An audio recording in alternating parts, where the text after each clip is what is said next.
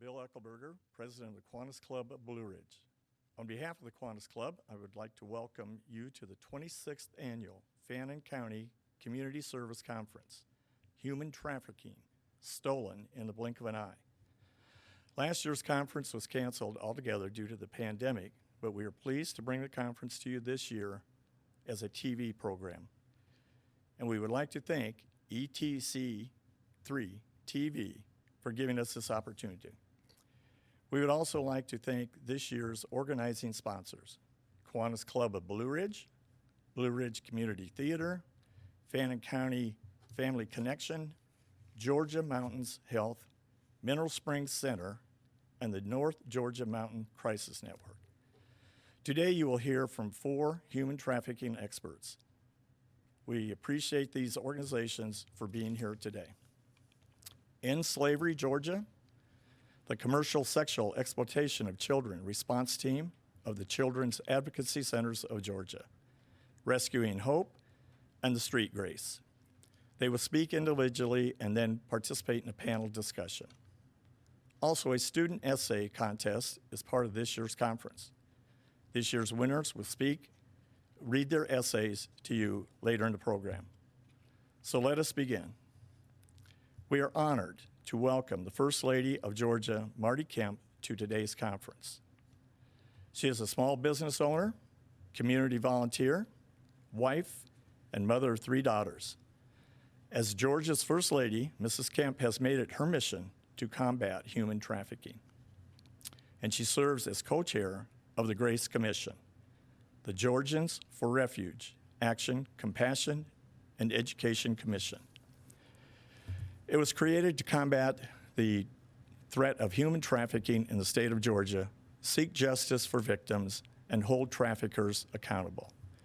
We appreciate First Lady Kemp for supporting this year's conference. And here's the First Lady. Hello, I'm First Lady Marty Kemp. While I wish I could join you in person today, I am honored to address you and discuss an important issue facing our state and nation, human trafficking. Sadly, this evil industry is present in all 159 counties in Georgia, and we are taking significant steps to stop it. Here at the Capitol, we have passed legislation giving new rights to victims, empowering law enforcement to go after offenders, and cracking down on buyers and traffickers alike. We know that to solve this problem, we need eyes and ears on the lookout in every community who know how to spot the signs and report incidents to law enforcement. That's why we created a human trafficking awareness training, which has been used by all state employees and is now available to all Georgians. Thank you for taking the time today to learn about the impact of human trafficking and how you can help us eradicate this crime in Georgia. We all have a role to play in this fight, and together we can ensure Georgia is a safe haven for survivors and a hostile environment for traffickers. Have a productive conference, and God bless. Hello, everyone. I'm Stephen Miracle. On behalf of the Kiwanis Club of Blue Ridge, I'm happy to join you as host of this year's conference. You know, according to the U.S. Department of Homeland Security, human trafficking is a form of modern-day slavery involving the use of force, fraud, or coercion to obtain some type of labor or commercial sex act. We're going to learn a lot about human trafficking this morning. The Fannin County Community Service Conference is pleased to welcome Susan Norris, founder and executive director of Rescuing Hope. Susan has been involved in the fight against sex trafficking in America since 2010. Her passion is to raise awareness about the issue of sex trafficking, as well as to encourage and empower survivors to live an abundant life. In her work, Susan partners with other frontline organizations, therapists, and law enforcement officers she met through the writing of her novel, Rescuing Hope. She also mentors survivors. Susan is a member of the Georgia State Human Trafficking Task Force. Now, please welcome Susan Norris of Rescuing Hope. Good morning. Thank you so much for having me. It's a privilege to be here and to have the opportunity to share with you about the issue of human trafficking. Rescuing Hope was established in 2015, and the lane that we stay in this issue is serving survivors of sex trafficking that are 18 and up, and we also do training for first responders, which we identify as educators, medical personnel, and law enforcement based on the data that shows they have points of intersection with victims while they're in the life where they can affect change to help get them out of this lifestyle and into a resource-based program that can help them regain their life back. So thank you so much for having us. Let's talk about the issue that we're all here to learn about. Sex trafficking, by definition, is when a commercial sex act takes place in exchange for money, goods, or services. It's very important that we understand it's not just a cash exchange, but it could be for rent, it could be for a car note, it could be for drugs, or a long list of other services and goods that we have seen take place. It is a commercial sex act when it is a minor that takes place. They're automatically identified as a victim of sex trafficking because according to federal law, you cannot consent to sex until age 18. Now, I've worked with students for a lot of years. I know there are plenty of students out there that are consenting to sex under the age of 18. This becomes the issue of trafficking when there's a commercial transaction that takes place for that sex. So if you're under 18, you are considered a victim of sex trafficking. If you are over 18, you have to prove force, fraud, or coercion. So what do those words mean? Force is very simply what we all think of when we think of force. It's when you are physically required to do something against your will, or when you're required to do something against your will with the use of a weapon. Most people, when they hear of trafficking, that's what they think of for human trafficking because they've seen movies like Taken and other things of similar cinematography that's out there. But what we've learned in the movement is that really only 3 to 5% of all trafficking victims are taken into the sex trade through this method. We see more happening through fraud and coercion. So fraud at a base level is when you're promised one thing, but you receive another. It's why the Lemon Law was created with car sales, so that you don't get promised that you have this wonderful used car that has no problems and drive it off the lot to find out it was actually in a flood, and you now have all of these issues. Well, with trafficking, fraud is when you are invited to a party by a classmate and you think you're going to have fun with a bunch of friends, but what you walk into is a prearranged gang rape, and you're the guest of honor, and one of the people in that room becomes your trafficker. Or you may be, if you're in a larger city environment, someone may approach you to be a model or to be a backup dancer for a video. So we've seen a variety of these cases happen with young people. And because of YouTube and TikTok and Instagram, everyone wants their 15 minutes of fame. And the frontal lobe of a child is not fully developed in females until age 25 and in males until age 28. So their cause and effect doesn't go long reaching. They can do from A to B, but from A to Z takes a while until their brain is developed to track that far. And traffickers know this, and so they'll manipulate them. They'll speak to the ego. They'll stoke the ego about how they can help them become famous. And before they know it, they've taken them from a point of safety to a point of vulnerability. And that's when they find out, this is a fraud. This is not what I thought I was getting. But usually by that point, it's too late. Then coercion at its base level is manipulation.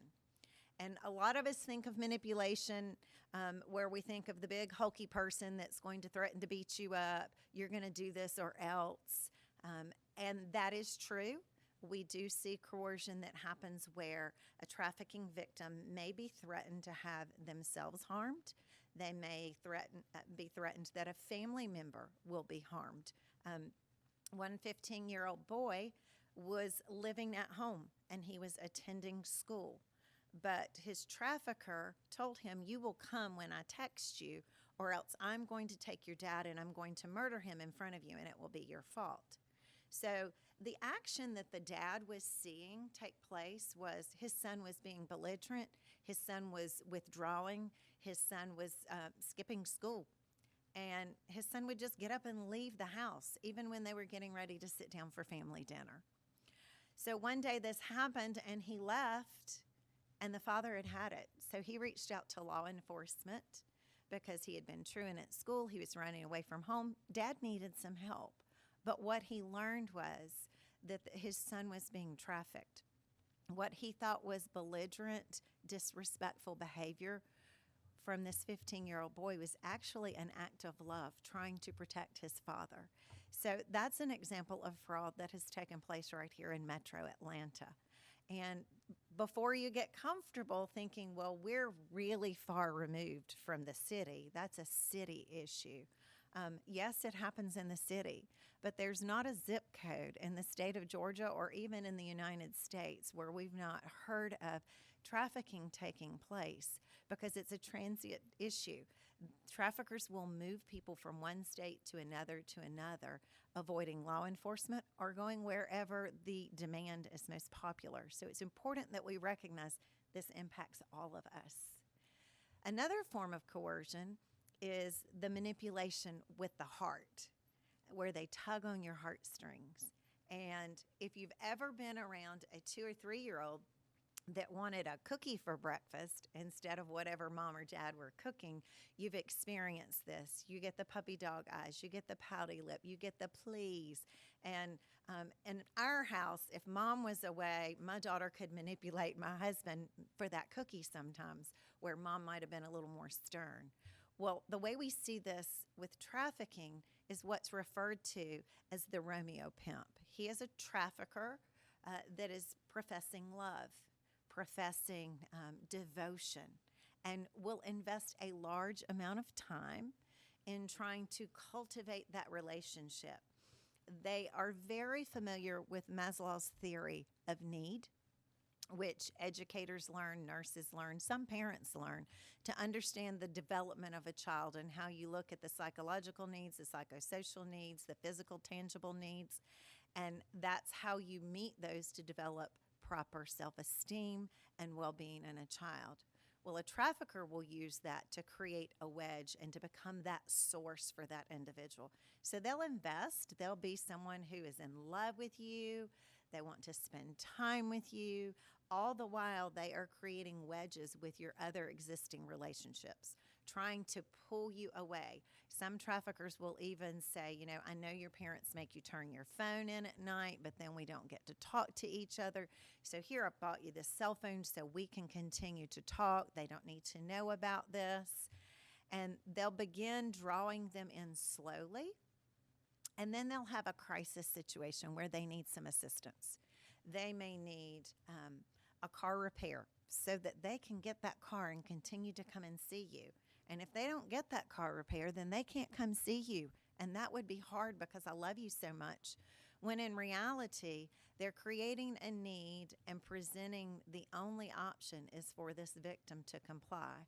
So because a developing mind thinks they're madly in love, they're going to build the house, the picket fence, the 2.5 children, and the dog, they want to help. Because let's face it, we all want to help and take care of people that we love. And so they may say, I want to help somehow, but I just don't know how. I'm only 14 or I'm only 16. And the trafficker may at that point say, well, there is a way you can help because I have a friend down at this club that said if you dance, he would pay $500. And then I could get my car fixed and we could continue to hang out. And so he creates a need. He fills the need by bringing that person in to meet it and makes it all about the love relationship.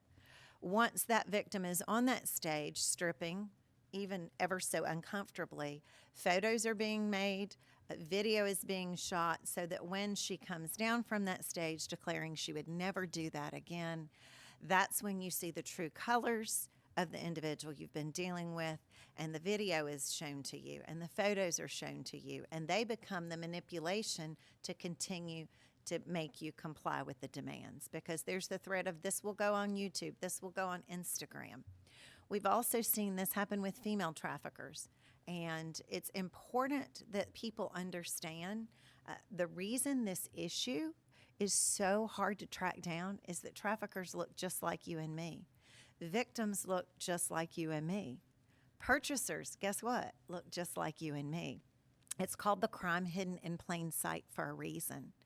And it's the ability to blend in and to be a chameleon and be whatever is needed that is one of the biggest assets for a trafficker. This particular trafficker sought after college students. I know for me, when my kids reached 18, I thought, okay, I've done it. I've gotten them to the finish line here. Now they're going to college. They're going to live their best life. And then I met this particular woman who had trafficked for years, and I learned her target audience were female college students. Why? They're away from home. They no longer have their support system around them that's helping them make wise choices. And they taste a little bit of freedom, and so they might be a little bit of a rebel and want to try some things that maybe they wouldn't normally try. And then they are able to stay out at any hour, day or night, because no one's monitoring when they come in and when they go. And many of them have incurred college debt.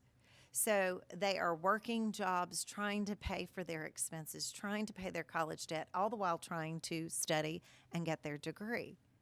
She also said she would target the skinny ones, and if they had an eating disorder, that was better because they were used to throwing up to stay thin, which made them more marketable. And she would look for the ones that were really trying to fit in, and then she would befriend them as kind of a big sister. And she would encourage them to hang out with her. She would find out about their dating life. She would introduce them to some guys.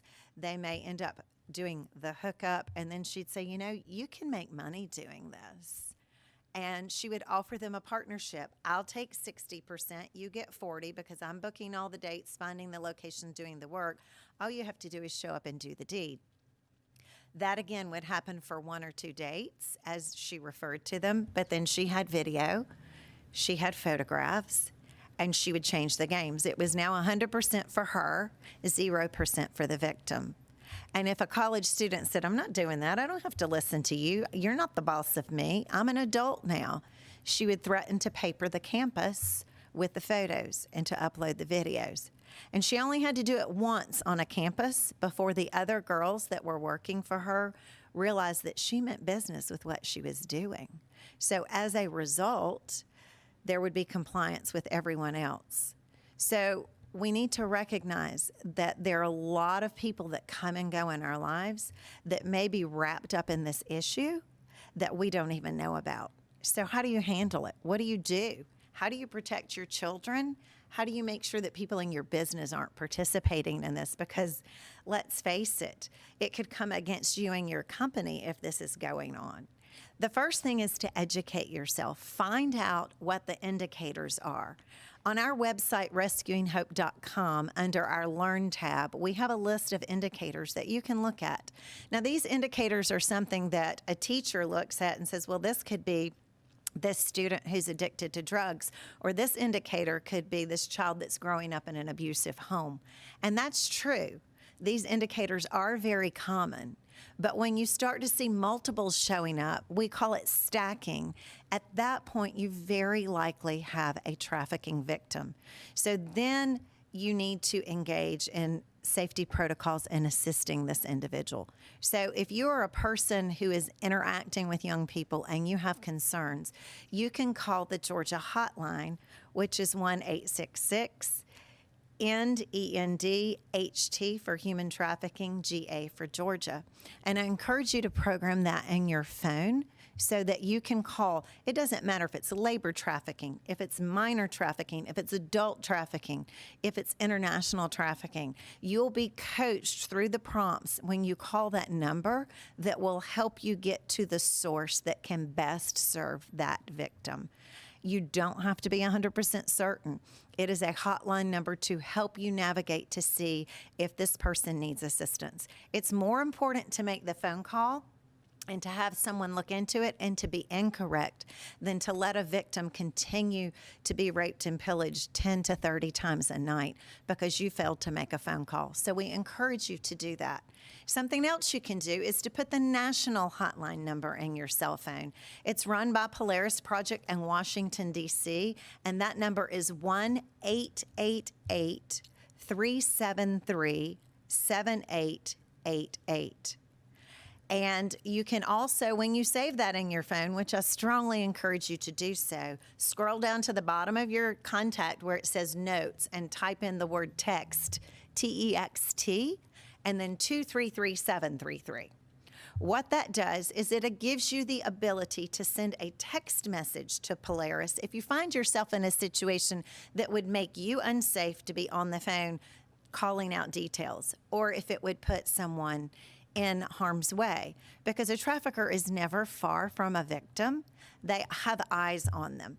And if you're sitting, let's say, in a Starbucks or a Chick-fil-A and you're enjoying a Frappuccino or a milkshake with your family, and you see someone come in, and it's a gentleman with someone who, say, looks 13, and you're thinking, oh, well, this is great. This is dad and a daughter, or grandpa and a granddaughter. Until he starts getting real handsy in the no-no square, as the middle school kids call it. It's that area where the bathing suit fits, and they have their little song where they'll sing, "Stop, don't touch me there, this is my no-no square." They learn that in elementary school. It becomes quite a joke in middle school. But it's important, if you see handling in that area, it's either not grandpa or dad need to have a visit from law enforcement, even if they're related. So what do? If you're on the phone, they're going to hear you. That's going to put the victim at risk. That's going to put you and your family at risk. So pull up your handy-dandy cell phone and send a text message and say, hey, I'm at the Starbucks. Let's say you're in Disney World. I'm at the Starbucks on this street in Lake Mary, Florida, and this is what I'm seeing. And if you're really savvy, snap a picture, but not if you do it like my mom, where you zoom in like this with your phone. Just be savvy and do it. You've given them a photo of the potential victim and the perpetrator. You've given them the location, and you've time-stamped it by sending that text. They can communicate with law enforcement and dispatch them to that location. They would come and separate the victim from the potential perpetrator to find out what's going on. And your cape is hidden under your T-shirt as Wonder Woman or Superman, because you've stepped into a situation in a safe and protected way to help a victim. So we all say, if you see something, say something. This crime continues because people won't speak up. They're afraid to be engaged. But if you won't be engaged, who's going to protect that young man? Who's going to protect that young woman? Who's going to be the one that unlocks them from a lifestyle of victimization and ushers them into freedom if it's not you? So we strongly encourage you to do so. Another thing that you can do to get involved is to talk to the young people in your sphere of influence. They may be under your roof, they may attend your house of worship, attend your school, or it may be the kid next door. But it's important to have these difficult conversations with young people about the topic of sex and about the dangers of sex trafficking. And a lot of people get squirrely when they talk about sex, but if you don't make it squirrely with the kids, they tend to respond to you based on how you approach it. So if you talk about, I just want to discuss some safety situations with you, and start talking about things that they can do to protect themselves. We have lots of resources on our website to help you do that.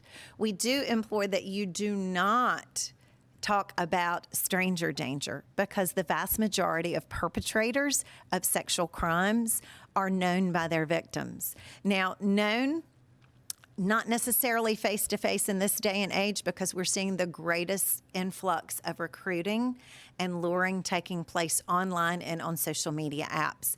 But if you talk to a young person and you ask them how many friends they have, they may be telling you how many followers they have on Twitter or how many likes they get on an Instagram post. Because today, in this day and age, that's how people are connecting, and COVID made it worse. Our young people were not only at home on their devices for school because of COVID, but because of having to shelter in place, they were on their devices for all social interactions. And traffickers were wise to this, and they used it to their advantage. One trafficker interviewed said that he attempted to make 100 connections a day. He would send out invitations on a variety of platforms trying to connect with students. He just needed one. So it's important that they understand not to give out information on social media to people that they don't have a face-to-face relationship with. We have a free resource called Steps to Playing It Safe on our website that you can use as a tool to facilitate that conversation. We also have a book called Rescuing Hope, as Stephen mentioned, and it is a great springboard to start this conversation with a young person. We challenge them to host a book club of their peers and then to email us by sending an email to Mallory@rescuinghope.com and let us know your group's finished reading the book. And we'll set up a Zoom conference with those young people to answer their questions about trafficking in general and specific to the book. Because the book is based on things that took place in the state of Georgia, how young people were trafficked, by interviewing victims, law enforcement, recovery programs, anyone that had any touch point with a victim to give us an authentic perspective of what this looks like. Lastly, talk with your young people about technological devices. Everybody thinks that a cell phone, a tablet, a computer, a gaming system is a rite of passage. Actually, parents, it's a privilege. Sorry, young people, it's a privilege and it comes with requirements. You need to put safety guidelines there for your child's safety. It's not that you're being an ogre and don't want them to have fun, but those devices should not be allowed to be utilized in bedrooms behind closed doors. They should be used in public places in your home, the pass-through places, the kitchen, the family room. Because traffickers are very savvy and they are going after your kids 24/7, 365. And you have to be on top of your game to ensure that they are not being victimized for this heinous crime. There was a situation where an app that used to be called Musical.ly, it's now TikTok, but it used to target young girls. And this particular 7-year-old girl was on her dad's tablet, not her own, because he had safety guidelines in place. And so she could be on the tablet in the family room. He was watching football. She was on the app. And suddenly she turned to her dad and said, "Hey, Dad, what's this?" And there was an adult male asking her to send photos of herself with her shirt off through the app. Because this father had had a very base level conversation about safety and connecting with people that you don't know on social media, she went to him. He also had a safety policy where you can come to me with anything and you won't get in trouble. So many times young people fall victim to perpetrators because they're afraid to go to mom and dad and say, "I did this, I connected with this person, oh, I stumbled on this," and this meaning pornography. And so the shame and the blame and the guilt comes upon them, and a trafficker will use that and leverage it. So create safety guidelines with your kids. Be a safe person they can come to no matter what. Make sure technology is in safe places and educate yourself. If you don't know what the new apps are, get on there and figure it out. Don't find out after the fact when it's too late. It's critically important. Our young people are counting on you to step in and join this fight. I'm Susan Norris of Rescuing Hope. I'm so privileged to be here, and I'd like to thank the Kiwanis Club for having me. And if you will hang on, we'll come back with more after this commercial break. Thank you.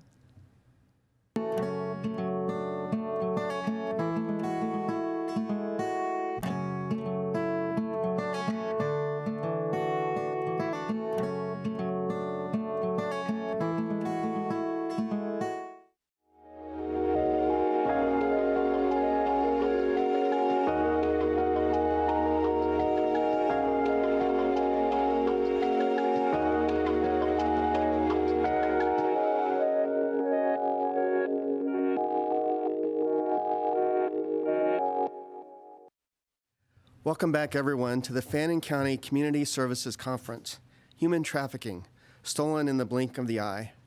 I'm your host, Stephen Miracle. This is the 27th year for this conference. We canceled last year's conference due to the pandemic, but we are pleased to offer the conference on ETC3 TV this year. We are also live on the Family County Family Connections YouTube channel. Our last speaker, Susan Norris, mentioned the book Rescuing Hope. I encourage you to take her recommendation, form a reading club, and read the book and learn more about this topic. You know, human trafficking can happen to people of all ages and genders and any race or religious background. Women are often used for sexual exploitation. while men are usually used for forced labor. It is believed that 1 in 5 human trafficking victims are children. Children who are exploited for begging, child pornography, and child labor. And all this happens right here in Georgia and in the United States. Now it's time to welcome our next speaker, Naisha McDowell. Naisha is the statewide child and youth coordinator for the Commercial Sexual Exploitation of Children Response Team with the Children's Advocacy Centers of Georgia. Okay, that's a long title. I hope I got it right. She serves as a central point of contact for agencies and victims for a more coordinated and effective system response. She also facilitates training and outreach to help build infrastructure and human and community capacity. Prior to this role, Naisha was the training and helpline coordinator for Prevent Child Abuse Georgia. There she oversaw the organization's training program and managed the 1-800-CHILDREN helpline. She earned her Master of Public Health degree at Georgia State University's School of Public Health. Naisha has been an active member of the Georgia statewide Human Trafficking Task Force since 2016.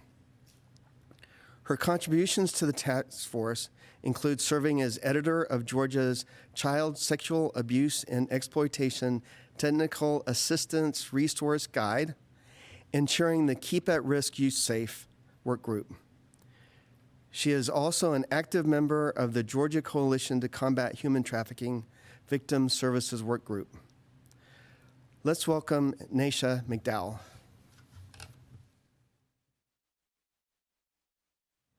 Good morning, and thank you so much for that wonderful introduction. Good morning again. My name is Naisha McDowell, and I'm with the Children's Advocacy Centers of Georgia, CSEC Response Team, and I'm so glad to be here today. I apologize for all the acronyms, but we are in an industry of acronyms. Today, we're going to talk to you all about CSEC, better known as the Commercial Sexual Exploitation of Children. Some of you may refer to it as DMST, Domestic Minor Sex Trafficking. We're also going to cover Georgia's collaborative response model in response to commercial sexual exploitation of children. So let's get started. So just to give you some background information on our agency, the CSEC Response Team is a central point of contact for agencies that serve Georgia's children that have been impacted by commercial sexual exploitation, and also for those youth we provide services for a more coordinated response and to ensure that our children are not slipping through the cracks when they've been victimized by commercial sexual exploitation. Also, our CSEC Response Team is the provider for the state of Georgia, and we were actually selected due to a competitive grant process, which enabled us to be monitored and overseen by different organizations such as the Division of Family and Children's Services, the Department of Juvenile Justice, and CASA's court-appointed special advocates. So as a result of that, our organization was selected. Additionally, our organization is supported by the Criminal Justice Coordinating Council and is endorsed by the First Lady and the Governor. So we're really excited to join you all to talk a little bit more about our response. Some topics that we'll discuss today include covering the definition of commercial sexual exploitation of children, because some of us may not have heard of this term before. We'll also discuss some of the common risk factors that may put youth at risk for CSEC. We'll talk about some common physical and behavioral indicators of commercial sexual exploitation, so you all know what to look for. We'll talk about myths and stereotypes. We'll also talk about some factors that we need to be aware of when we're serving or advocating for victims and survivors of CSEC. Let's jump right in. So our first presenter, Susan Norris, did a beautiful job of introducing the definition of human trafficking and sex trafficking, so I won't belabor that point. But I do want to provide some background information on the definition of CSEC. And so just to give you all a definition, CSEC refers to the commercial sexual exploitation, and it occurs when a range of crimes happen which involves a child being sexually abused or exploited for some type of financial benefit or some type of item that has monetary or non-monetary value. So some examples can include a youth is being exchanged, or sex or sexual acts with the youth are being exchanged for shelter, for food, for money, for Cash App contributions. It could also include the child's sort of being sexually abused or exploited in exchange for status within a community. And so we're also going to break down what that looks like using the 5 paradigms of commercial sexual exploitation. And so it may look different for each and every community. So some of us may assume, hey, this is not happening in our community. Well, hopefully after I break this down a little bit further, you'll be able to better look for some different signs of when CSEC is occurring within your particular community. The first paradigm that we'll cover is family facilitated exploitation. And this occurs when a family member is the person that's exchanging sexual acts with that child for some type of money or monetary benefit. It can include sexual acts with the child in exchange for goods, for illegal substances, for rent, for services, for money, or even status within a community. And family members can include grandparents, aunts, uncles, cousins, and even legal guardians of that child. The second form of CSEC that we'll cover is gang-facilitated exploitation. And this occurs when the child is being exploited as a means for being initiated into the gang, or they're being exploited to provide resources to the gang. And so oftentimes our criminal enterprises may see sex trafficking as a safer means to get resources into the gang. In fact, CSEC is one of the forms of exploitation that is comparable to arms and drug trafficking. Trafficker-facilitated CSEC is a form of trafficking that most of us are familiar with, and it includes pimps and traffickers targeting vulnerable children and adults and luring them into trafficking using targeted manipulation, coercion, and force. Survival sex may include any sexual act exchanged for an extreme need, including food or shelter. And some of our kids that engage in this form are doing so because they don't have access to some of their basic necessities. And lastly, technology-facilitated CSEC. So you may see this occurring, especially on social media and the internet. And this occurs when some of our youth may be exploiting or engaging in exploitation on the media.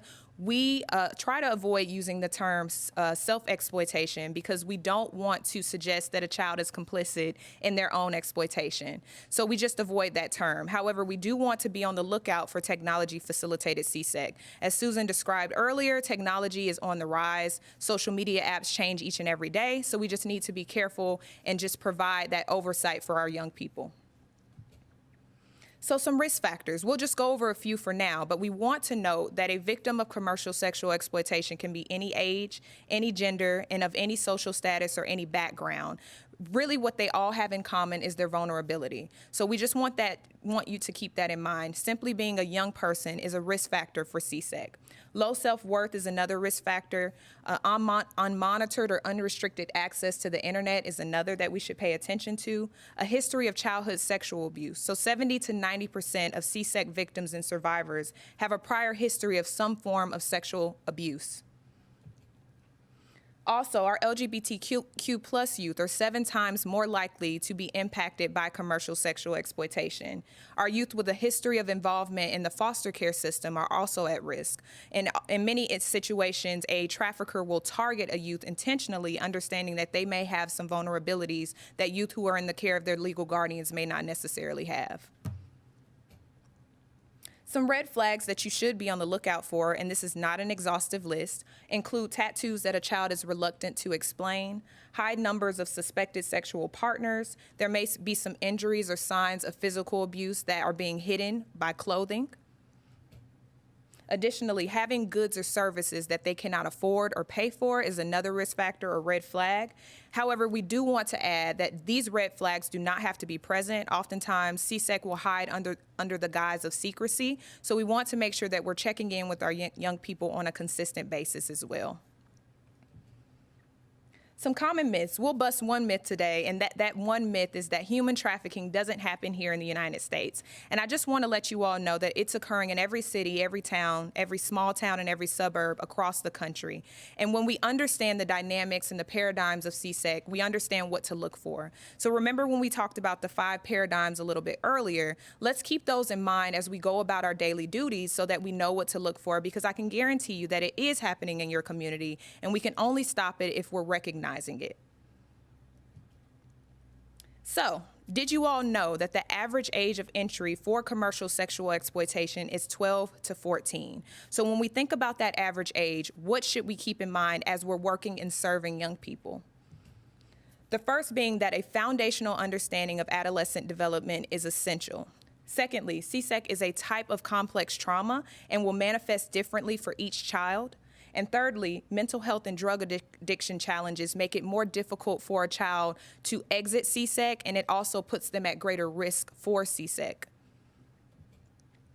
So adolescent brain development. When we talk about teenagers or when society refers to teenagers, oftentimes they get certain terms like they're impulsive or they don't listen. But it's so important that we understand what adolescence is. And the CDC defines it as a transition from childhood into adulthood, particularly that age between 10 and 24 years old.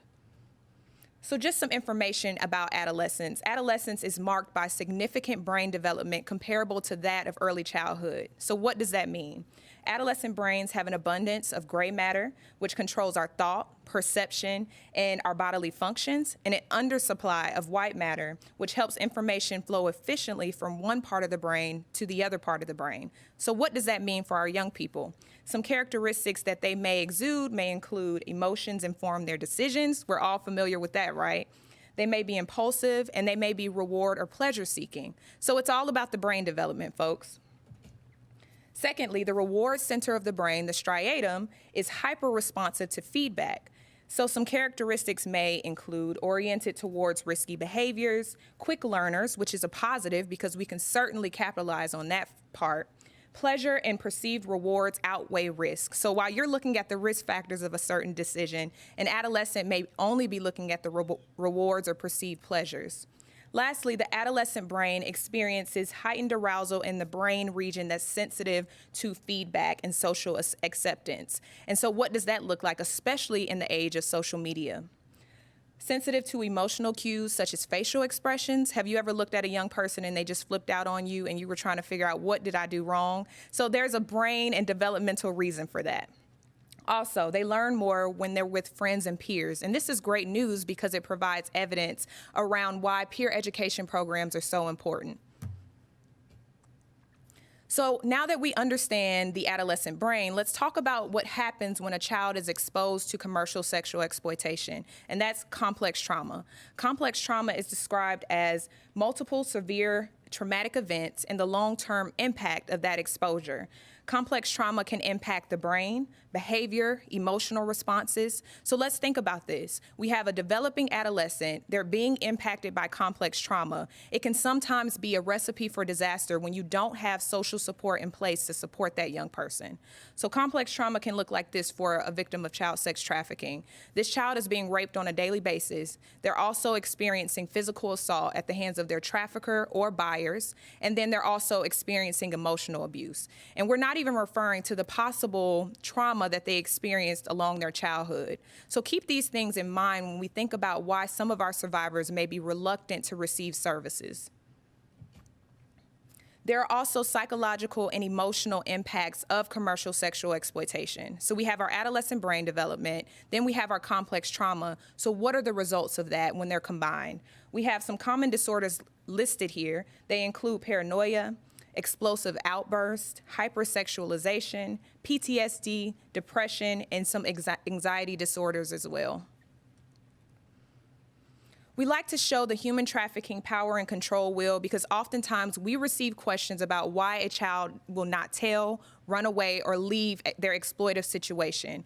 And we just want to express to you how difficult it is for any person, even an adult, to leave an exploitive situation. So as you can see here on the power and control wheel, you have power and control at the center, and then each of the individual spokes list a different type of victimization. You may have intimidation, emotional abuse, coercion, and threats. And when you combine all of those, you have this consistent cycle of abuse that is so difficult for a developing young person with complex trauma to escape from. So now that we've talked about all of the implications, all of the risk factors, let's talk about some of the needs that our victims may have. And the first three that we want to stress are respect, confidentiality, and trust. If you do not have those three factors, especially when working with young people, it is so much more difficult to intervene and provide the additional services such as crisis intervention, survivor mentorship, safe housing, drug rehabilitation, and even some vocational and life skills. So we stress to you the importance of establishing that trust first, despite what your role may be, and then launching into some of those additional services to support that young person. So, how much does it cost? When we think about the societal risk factors, the community risk factors, interpersonal risk factors, and even individual level risk factors, what does this weigh, or what is the weight that's put on our communities and, more importantly, our young people? And it costs too much. So we have to make sure that we're constantly moving towards solutions as a collective, as a group. So this brings us to our CAC focused response. The Children's Advocacy Centers of Georgia has been around since the 1970s, and our CACs have been around since then as well. And we have 52 child advocacy centers throughout the state of Georgia, and we leverage the resources of our child advocacy centers and their multidisciplinary teams to ensure that no child falls through the cracks when they're being exploited by commercial sexual exploitation, and ensuring that there isn't a duplication of services, because as you can imagine, it's already difficult enough for that youth experiencing everything that they've experienced, and then having multiple service providers as well can be a lot to handle. So the core elements of our response include a 24/7 hotline. We have a multidisciplinary team approach where we bring law enforcement, child welfare services, therapists, medical providers all to the table to ensure we're providing a safety net of services for our young people. We use our intensive case management strategies to wrap that child in everything that they need as far as medical care, safe housing, and any type of crisis intervention. And we also use an enhanced collaborative model, because no one organization or agency can own the issue of commercial sexual exploitation. It takes each of us being at the table to support this child. Referrals can be received in 3 ways: our 24/7 hotline, HIPAA-compliant web referral form, and email. Once a call is received, it goes to a trained hotline advocate. From there, we have an intake specialist who disseminates that referral to the appropriate regional care coordinator. So we have 6 regional care coordinators throughout the state of Georgia, and they live and work in the areas that they serve, which is great news because they understand their communities and their needs. So we also have a comprehensive assessment process, and this assessment process allows us to collect all of the information that we need before confirming a child for commercial sexual exploitation. The first component is our commercial sexual exploitation identification tool, which is an evidence-informed tool that we use to screen where a child falls on the continuum from no concern for CSEC to clear concern for CSEC. We also use forensic interviews by trained forensic interviewers in our child advocacy centers throughout the state of Georgia. In some situations, our youth are not quite ready to talk about their exploitation, and so we may need to employ an extended interview where we bring that child back to the table and they're talked to and sort of asked those questions by a trained professional who knows how to communicate with young people. That is so important. Also, we use forensic medical exams, and we advocate for forensic medical exams. Our young people have so many risk factors when they're being raped and exploited on a consistent basis. So we have to make sure that we're always advocating for comprehensive medical services as well. And then lastly, a history provided by the multidisciplinary team. We don't simply rely on a young person to tell us whether or not they were exploited. We have to make sure that our assessment is comprehensive and that we're using our law enforcement partners, our CAC partners, because a lot of our children that come through our doors have also been to a CAC previously due to previous trauma, neglect, or sexual abuse. So we'll reach out to our local CAC to see whether or not they worked with that child in the past. We'll also talk to non-offending caregivers to gather information about that child as well. We take all of that information, and from there we make a decision on whether or not that child was confirmed or not confirmed for commercial sexual exploitation. And then we provide resources from there. Even when a child is not confirmed for exploitation, we ensure that they receive supportive services for any additional concerns that the family or service provider may have. Our medical services. So here we have listed just a few medical services that we advocate for anytime we encounter a youth who may have been exploited. And they include SANE or sexual assault exams, STI testing, also drug screenings and comprehensive pregnancy tests and family planning to make sure that our youth are making the best decisions for their health. Our medical exams are handled per the child abuse protocol. We collaborate with our local CACs and sexual assault centers to provide services for our youth. We also collaborate with our local medical and hospital networks as well, such as Children's Healthcare of Atlanta. Leadership and support is consistent and provided to ensure that our regional care coordinators have the support that they need. We collaborate with some of our consultants to ensure that our forensic interviewers are also supported, and our advocacy folks are supported as well, because it really takes a team effort to make sure that this child is receiving the services that they need and deserve. Where are CSEC referrals coming from? So we receive referrals from across the state, as you can see here on the map. The Metro Atlanta region encounters a large number of referrals, as you can imagine. However, we want to point out that when we view the number of children who are at risk of or have experienced commercial sexual exploitation per county population, at-risk youth and confirmed youth numbers and statistics in rural regions are comparable to our metro regions. So what does that mean? It means that CSEC is not an Atlanta issue, it's a state of Georgia issue as well. Our response began on October 1st, and since then, we have received 381 hotline calls, 575 web referrals to our website, and 355 active cases are being worked by our 6 regional care coordinators. So we're a busy team, as you can imagine. So my final words to you all include the following. The assault on the souls of trafficked individuals is an attack on the essence of the self. It is so important that we keep this quote in mind as we continue throughout the rest of our day today and ensure that anytime we encounter young people, we're advocating for their best interests. It does not take you directly serving a victim or survivor of commercial sexual exploitation to impact this issue. Simply being a mentor to a young person in your life, simply showing up and donating to your local child advocacy centers, simply going out to your school and providing resources to your local school systems, those are all actions that you can take to impact this issue. And it takes each and every one of us doing our part to ensure that we are serving and preventing commercial sexual exploitation. So I appreciate all that you all bring to the table, and I so look forward to working with you all in the future. If you ever need to make a referral, you can do so a few different ways here. And you can always host a training or awareness, and you can invite the CSEC response team to your training or awareness event. You can also volunteer with your local child advocacy centers, as I mentioned. They're always looking for donations such as toiletries, gently used clothing, to ensure that all the children that are receiving services are supported. You can also call the 1-866-END-HTGA number, as Susan mentioned earlier, anytime you need to make a referral for a youth. Also, this is a catch-all phone number for you to call, because you can call the number for adult survivors of human trafficking, for foreign-born and labor survivors of trafficking as well. So this is a catch-all for any resource that you need regarding human trafficking. You can always follow us on Facebook at cacga.org. If you need to contact us, again, our 24-hour hotline, I'm sure at this point you're probably tired of hearing it. Also, our HIPAA-compliant web referral form, if you ever need to make a referral for a youth survivor of CSEC, or if you suspect that this child has been victimized by CSEC. And lastly, you can email us at referrals@cacga.org. Here are just a few sources for you. Thank you all so much for your time today. I would like to thank the Kiwanis Club of Blue Ridge for inviting me here today, and we'll be back after a few short breaks.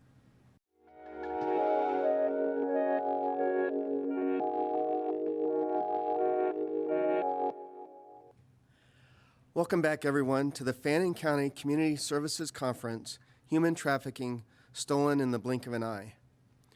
You know, our last speaker, Naisha, gives you a measure of comfort knowing that there is a team of experts dedicated to helping victims of commercial sexual exploitation in our state.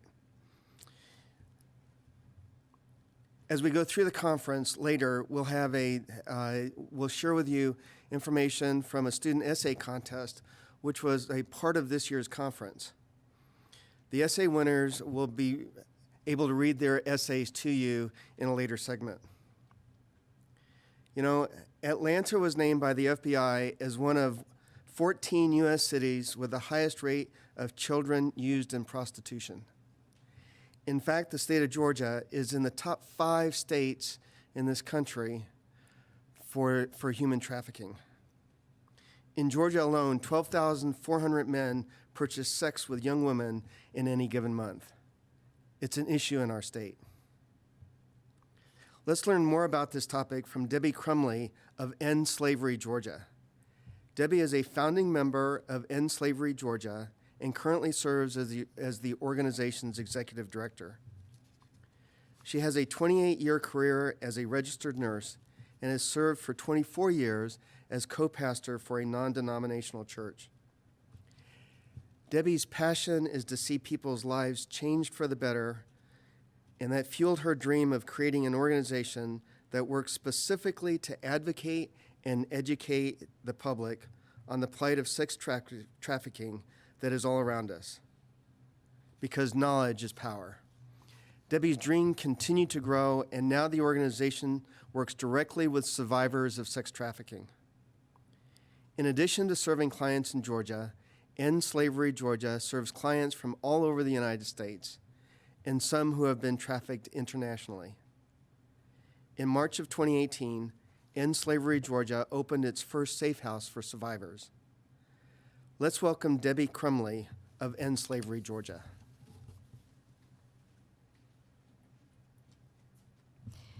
Good morning. Thank you for having me. End Slavery Georgia has been in existence for the past 5 years.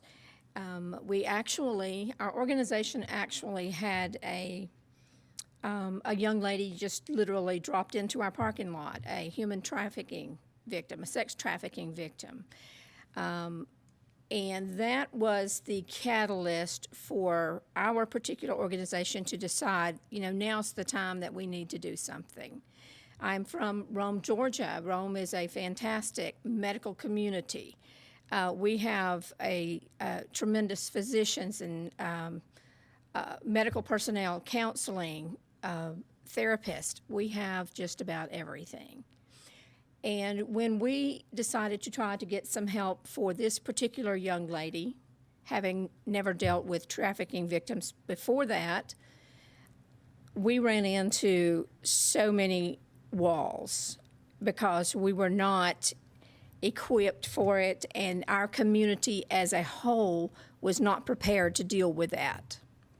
So that was the catalyst for us to sit down and make a decision that there is no reason that we can't do something right here in Rome, Georgia, to make a difference for the victims of sex trafficking. At that time, we incorporated End Slavery Georgia, and as he mentioned just a few minutes ago, we are almost 6 years old now, and 3 years ago, we were able to open our first safe house.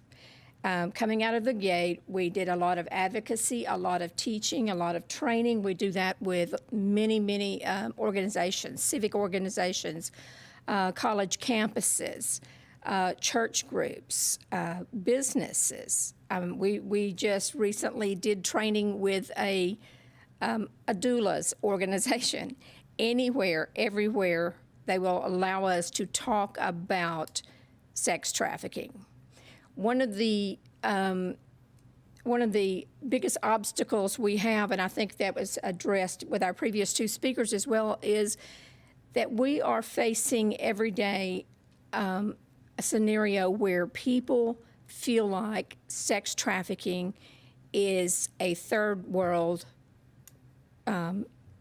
ordeal, trauma, that it does not happen here in our community. But the truth is, it happens everywhere. And as Naisha was saying, it's in every city, every county, it's in every school, in the businesses. Chances are every person here knows someone who has been or will be involved in some way or another with sexual assault, abuse, or trafficking. So it is everywhere. And, like I said, knowledge is power. And so many times if we can educate the community, educate our children especially, they are much better prepared to help protect themselves. I'm not going to go through everything with risk factors and everything, but I do want to highlight a few things that our previous speakers have talked about. Risk factors here. And this kind of gears toward the children here. We have cared for over 30 young women since we started our Safe House, working with them either as a client living in the Safe House or working with them on an outpatient basis. Of those 30, 90% of them have these risk factors. They've suffered, starting from their childhood, they have suffered physical abuse, emotional abuse. Many of them have suffered sexual abuse. A lot of them have had physical neglect. They've been hungry. They've done without medical care. Some of them have never even seen physicians. They've gone through tremendous emotional abuse as well. At no time in history since they have started doing mental health care have we had more children being diagnosed with mental health disorders than we do today. And mental health illness is a major factor, a major risk factor for trafficking as a child and even more so as an adult. A lot of our children, a lot of our clients that we personally have dealt with have had incarcerated parents, maybe in and out of jail. And it's a lifestyle that they've gotten used to and have grown up in. They don't have those strong bonds, that solid support network that they need. And many of them have been in homes where there has been substance abuse. And quite a few of our clients have actually began using substances as early as 7 and 8 years old. And many of them have reported to us, that was indeed a coping strategy just to survive the life that they grew up in. Okay, what are the demographics?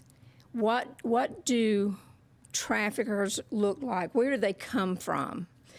Again, some of these were highlighted with our previous speakers here, but we see a tremendous amount of Blacks, Hispanics, with the migration that coming across the border, the people that are just being brought in and dropped off in various towns with no support network or anything. We see a lot of them becoming victims of traffickers. Of course, the LGBTQ community, the transgender. I have yet to meet one who has not endured some form of sexual assault or trafficking. Those with disabilities, lots and lots of nonverbal. I recently did a conference with the Adult Protective Services. And in that conference, the young lady shared 5 cases right here in Georgia where those living in the group homes had been sexually assaulted, sexually abused, and were being trafficked. Now, the irony of that is you think, we all have a preconceived idea of what these victims look like. Some of these victims were younger, nonverbal, but many of these victims were in their 70s and 80s. And they were being transported to Atlanta, trafficked, filmed, and taken back home by the caregivers of the homes.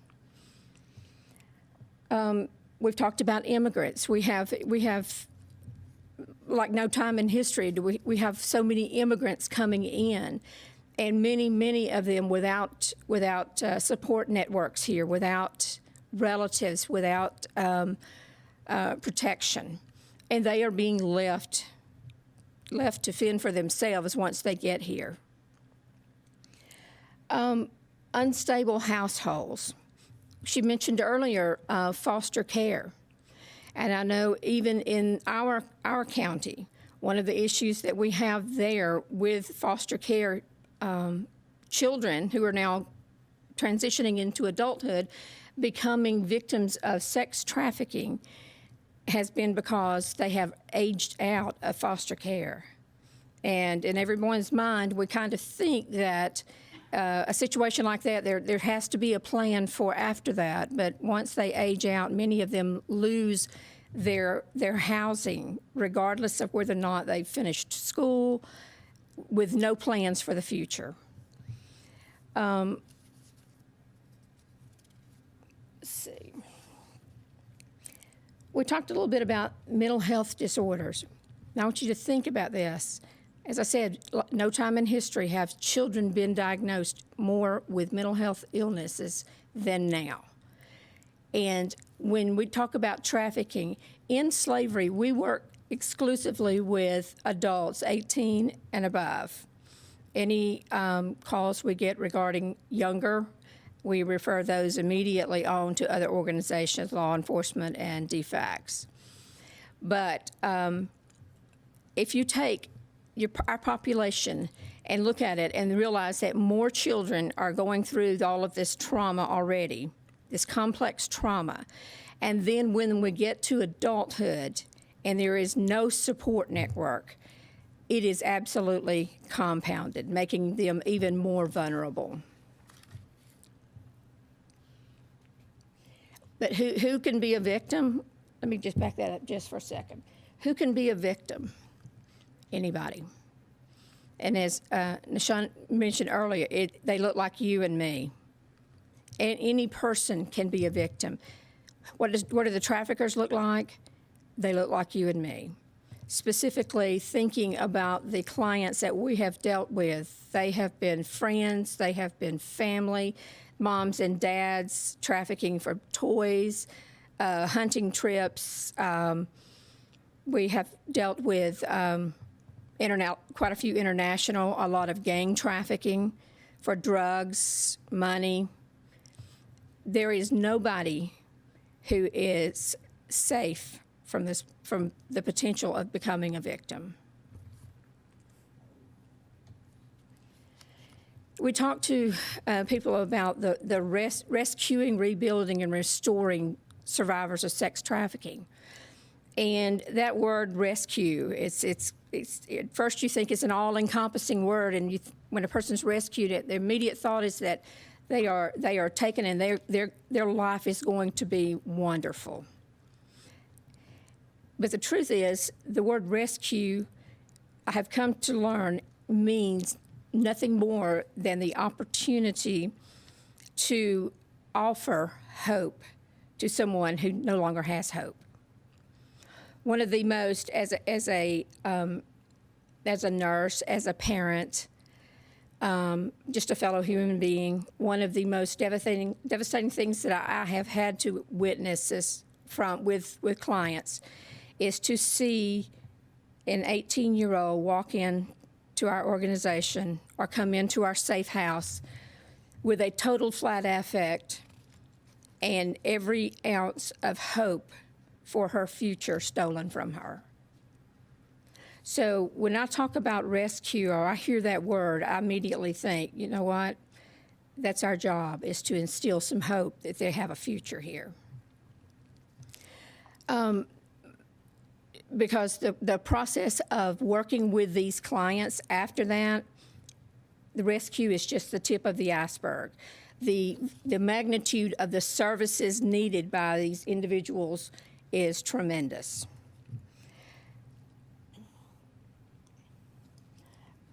All right, we talked about a lot of our victims. Like I said, over 90% of our victims that we have worked with exclusively have been those that have suffered a lot of this as children.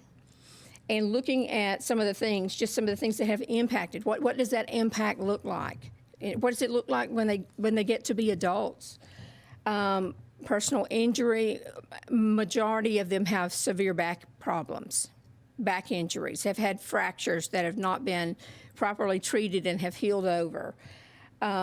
traumatic brain injury, scarring to their bodies where they have been burned, where they have had tattoos put on them. They have had branding put on them with hot irons or carved into their bodies. Mental health, the trauma as a child, the issues that they're dealing with as a child only become more complex as they transition into adulthood. We're talking about maternal health.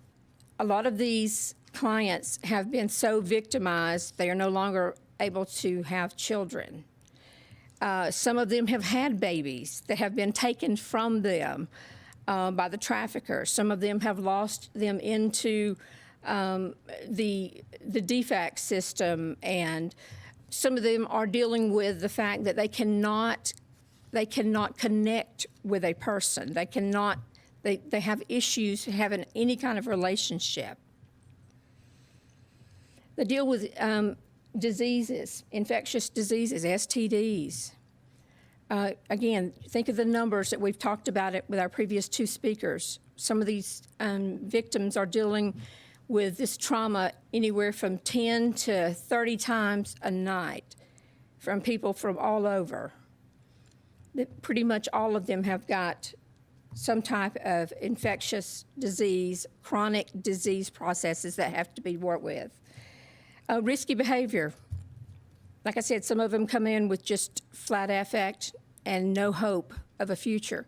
But then some of them come in very defiant, and they're fighting as hard as they can to hang on to some semblance of control in their life. And what we see on our end of it is that defiance. The alcohol, drug and alcohol. We have, in all of the clients that we have worked with, only one has come in without an addiction to some type of substance because of it being used on her in the past. Education, many of them have been pulled out of school, or they've failed, or they've dropped out. They could not cope with the traumas that were going on with them during that period of time, or they've gotten behind, or so a lot of them come into our organization with with their education compromised. And obviously that affects their ability to provide for themselves, their income and things.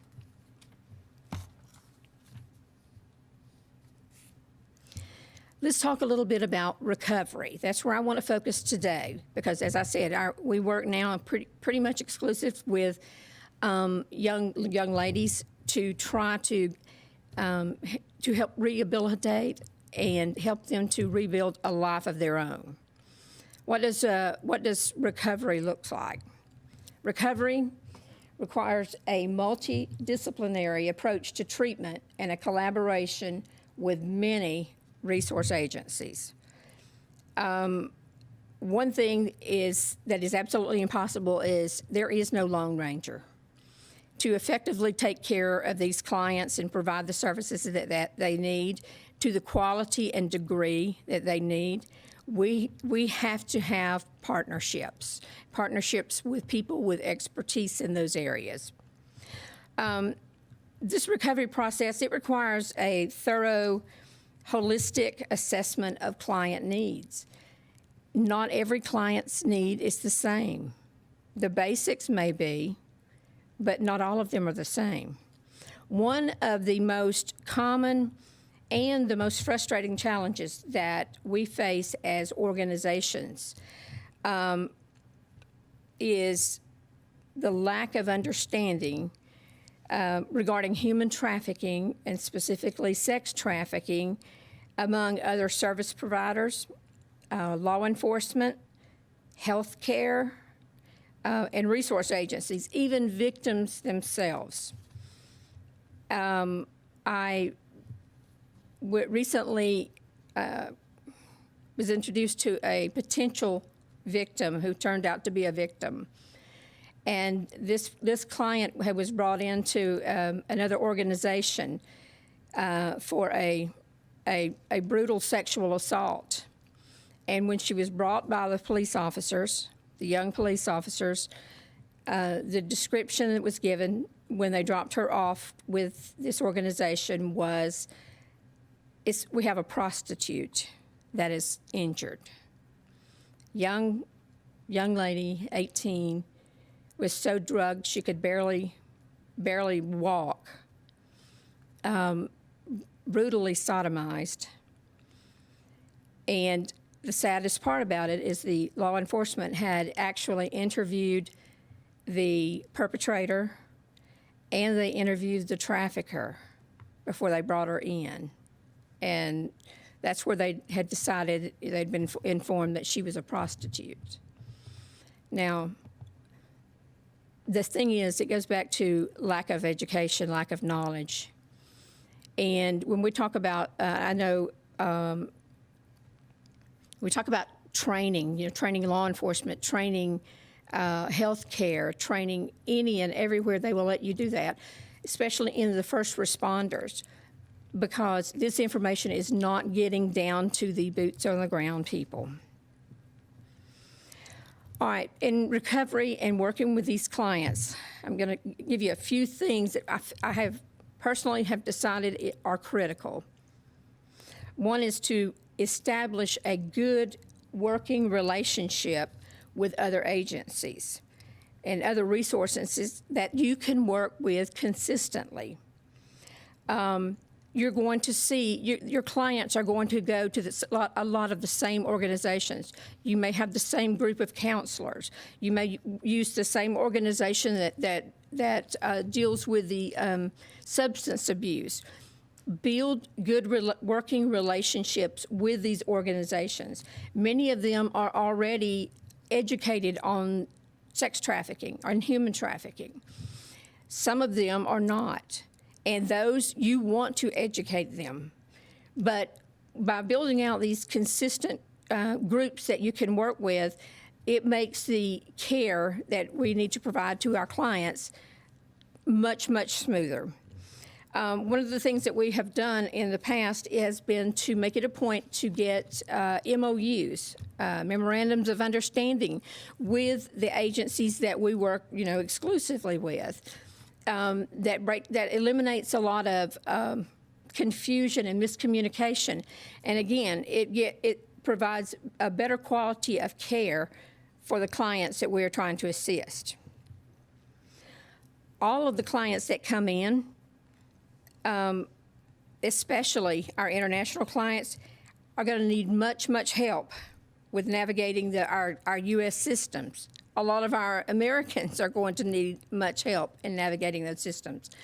And this is even prior to COVID. Now we're dealing with agencies where everything has to be done by phone. They are not, the businesses themselves are not open in brick and mortar. So there's such a different dynamic of trying to take care of these clients with that.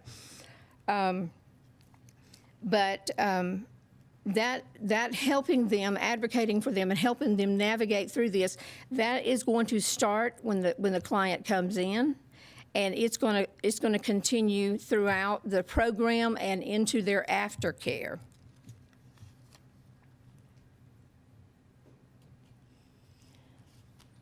The multidisciplinary process we've talked about briefly. What's affected. I mean, what areas do you have to address with these clients? Every client coming in here has issues with health care, every single one of them. Legal aid and law enforcement, many of them have been arrested multiple times. Some of them have probation. They may have pending warrants, court cases. They all are in need of social services, food stamps, Medicaid, to be able to get medical care, mental health issues. And right behind the ABCs of airway breathing and circulation, I would say mental health has to be a priority. Without addressing those issues first and foremost, many of them are not capable of even comprehending, much less cooperating with care in their care plan. But also community-based organizations. Looking at the different clients that come in and how they respond to care, how they respond to people. Many of them some of them are very spiritual, and it is important for them to go back to those roots. So having partnerships with churches that we know, we have groups that we work with, and it's a very safe, secure environment for these young ladies to go back into and go back to that place of emotional safety. Peer support groups in our community. We talked about substance abuse. That is probably one of the most effective, outside of just counseling, one of the most effective is to be in peer support groups with those who are on that journey of recovery through that same problem, that same issue. We talked a little bit about every client coming into an organization that has been rescued. Every client has the basic needs: safety, shelter, food, clothing, translations. We are seeing more and more clients who are international and more who speak very little, if any, English at all. But the translation needs are critical.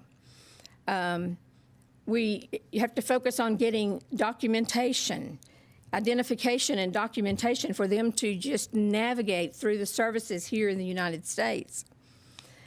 Good intake and assessment, acute medical care, mental health and dental assistance. We have those that are coming in that have to have emergency surgery immediately after coming into the program, or they could be at risk, of their life, and getting legal assistance involved immediately. Moving on into the intermediate services, those same basic needs go right into our next phase, where the intermediate services is ongoing case management. The assessment of education, GED, do they need a GED? Getting them vocational training so that they can be self-sustaining. Life skills training. The complex trauma, it wipes out most of what many of these clients know. Basic skills that they learn, maybe as children, how to wash clothes, how to clean house, how to prepare basic foods and things. Those things are gone. So providing good life skills training and competency training from the onset throughout the aftercare, and providing transitional housing. We bring them into a safe house, but the goal is to get them to where they are completely self-sustaining and are transitioning out into their own homes with their own jobs, and they are self-supporting. But there is always continued safety planning with them. With clients that come in for trafficking, while the basic needs are all relatively the same, the priority on those needs for those victims are going to be different based on the client's circumstances. For example, one of the things that we are seeing, especially with a lot of our migrant workers, our migrant clients that are coming in, is they place getting a job as one of their absolute #1 priorities over medical care, over everything. Because many of them came here with promises of great jobs and now find themselves unable to have a job, and they were anticipating sending money back to help support family members. For others, it may be education, and that's what we're seeing with a lot of our young ones. Regardless of the care and the services and needs that are provided, one of the things that we strive as an organization to do is to process all of the needs and services for clients through something called CLASS. And it stands for Culturally, Linguistically Appropriate Standards of Care. And what that means is when we are putting together care plans and we're thinking about the agencies and the resources that we need and we need to partner with to help this client, we factor everything through the culture that this client comes from, their educational level, and language differences. It's imperative that they be able to understand what we're trying to communicate to them. And for us to try to do a generic educational process without factoring those things in, half the time it goes right over their head. So we try to individualize the care for each of the clients by backing up and assessing them personally through the CLASS framework. And that allows us to give more individual care.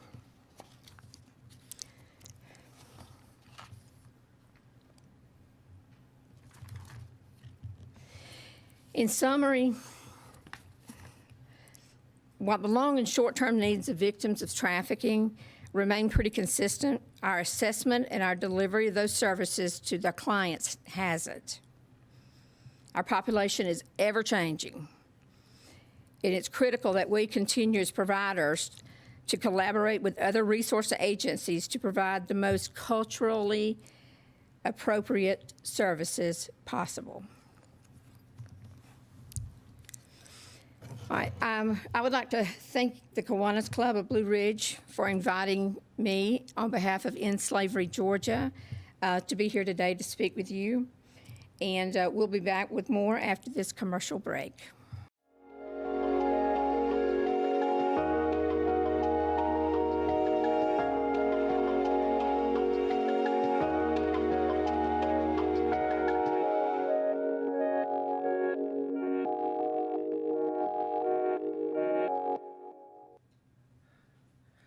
Welcome back, everyone, to the Fannin County Community Services Conference, Human Trafficking, Stolen in the Blink of an Eye. You know, Debbie, in the last presentation, taught us about recovery, and recovery is very important. I'd like for you to think about this for a minute.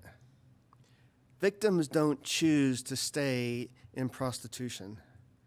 They are often physically confined, isolated, and stripped of their identification. They're beaten, raped, and threatened. Victims often blame themselves and they feel ashamed and they see no way out of their situation. They're held sometimes in debt bondage, as we learned earlier. They're distrustful of law enforcement. They don't know where to go to seek help. Some have a drug dependency. Victims are often reluctant to prosecute due to all of the above. They're dependent, afraid, ashamed, distrustful, and hopeless. Organizations like End Slavery Georgia are necessary to support victims on their path to recovery. Now it's time for our fourth speaker, Heather Stockdale of Street Grace. At Street Grace, Heather Stockdale combines her passions for child advocacy, policy, social justice, and innovative solutions in the fight to end modern-day slavery. Street Grace is a faith-based organization utilizing evidence-based demand reduction strategies to eradicate the commercial sexual exploitation of children. They do this through prevention, protection, policy, and pursuit. Commercial sexual exploitation of children is defined as any sexual activity involving a minor for which something of value is given or promised. Heather has been instrumental in anti-trafficking initiatives since 2009. She has worked with federal partners, law enforcement, prosecutors, medical providers, and youth-serving agencies nationally to forge multidisciplinary partnerships. Her passion for child advocacy, youth development, and policy began in the Office of Children Advocate Office of Child Advocate, which later became the Governor's Office for Children and Families. At the Governor's Office for Children and Families, Heather was named the director of the statewide task force on commercial sexual exploitation. She led the state's trafficking initiatives and served as a division administrator of youth development. She is also a founding member of the Georgia Care Connection Office, Incorporated. Heather is the recipient of leadership awards and travels the country educating others on the issue of child trafficking. She also serves on several advisory boards for trafficking and youth-related issues. Heather received her advanced certification in both program management and human trafficking in 2020. She is also, by the way, a proud graduate of the University of Georgia. Let's welcome Heather Stockdale of Street Grace. Thank you so much for that kind introduction, and I just want to thank all of you who are tuning in and watching today for your interest in human trafficking and modern-day slavery, and to the Kiwanis Club of Blue Ridge for putting on this conference and streaming it out. So to all of you who are watching today, and those of you who may be watching in the future, thank you for your interest. You've heard so many wonderful and incredible speakers before me, and today I'm hoping to fill in the continuum, talking a little bit about not only the work that we do at Street Grace, but also the issue of demand and how demand reduction strategies are key to reducing commercial sexual exploitation and trafficking here in Georgia, throughout the country, and around the world. So I'm with an organization called Street Grace, as you heard, and we are a nonprofit organization in the states of Georgia, Tennessee, and Texas. Our mission is to eradicate the commercial sexual exploitation of children, and our vision is simple: a world where children are free from exploitation and trafficking. We do this through 4 different pillars. We believe that a comprehensive and holistic approach to this issue is so important to the eradication of it. And so we work in prevention, we work in protection, we do policy work, and we work on the pursuit, which is our demand strategy. So we are pursuing the buyers and sellers of children for sex. And so under the area of prevention, you've heard so much today from our speakers about the issue of commercial sexual exploitation and trafficking. And I think all of us can agree that we all want to live in a world one day where children are not sold for sex and are not abused and traumatized in this way. And so prevention is a very key strategy towards doing that. We have to create a generation of children that understand what this issue is. They know how to protect and equip themselves against it. They understand grooming tactics that traffickers and predators could be using. They know how to withstand those pressures of online enticement and those grooming techniques. And they know how to combat it. They know when to go to an adult for help, for example, to help them with a predator who they might be talking to online or a person that they don't know. And so prevention is key in that. And so we have a few initiatives under prevention that we do. And so one is our youth education initiative, and a part of that is a website that we created, helplocker.org. And so this is a campaign all around getting into our schools to talk to children about this issue and the related issues, such as pornography and online enticement. And so we want to equip students all throughout the state and all throughout the country, really, with those tactics that we talked about. We want to empower them with tools. We want to teach them what to do. We want to teach them how to stay safe online and what online safety means.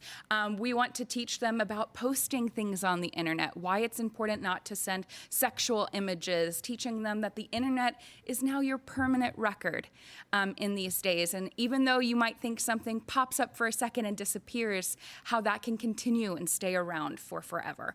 And so our helplocker.org website is full of resources, short videos for children explaining in youth-friendly language how to protect yourself. And then we've also created a TikTok account. We are firm believers that we need to be wherever our children are, on whatever platforms that they are, so that we can reach them. We also believe in using technology for good. It oftentimes feels like predators are 5 steps ahead of us in doing so, and they're using technology for evil purposes, but we want to leverage technology and use it for good. And so that's why we've created this campaign. That's why we're on TikTok posting these videos and resources, because we hope that by showing up to platforms where youth are, they can get and access this information in an easier manner. We do faith outreach, working with faith partners all over. Anyone who is interested, any church or a place of worship that wants to hear about this, we will come and talk to any audience who wants to have us about the issue of commercial sexual exploitation and human trafficking, about the scourge that it is on our communities, talking about data and research, really equipping those in our communities, but also specifically in our faith communities to combat this issue. We similarly will work with any city and municipality. We have partnerships with law enforcement and with cities across the state of Georgia who have gone through this training EMT providers, their firefighters, their police on human trafficking, specifically on those signs that you've heard more about today. What to look for, when to be suspicious, and what to do about it when you are suspicious. It is so key that we are training those on the front lines to see this, to know what it is, to know what to call it, because the sooner we can intervene and get a child services, the better the outcomes are for that child.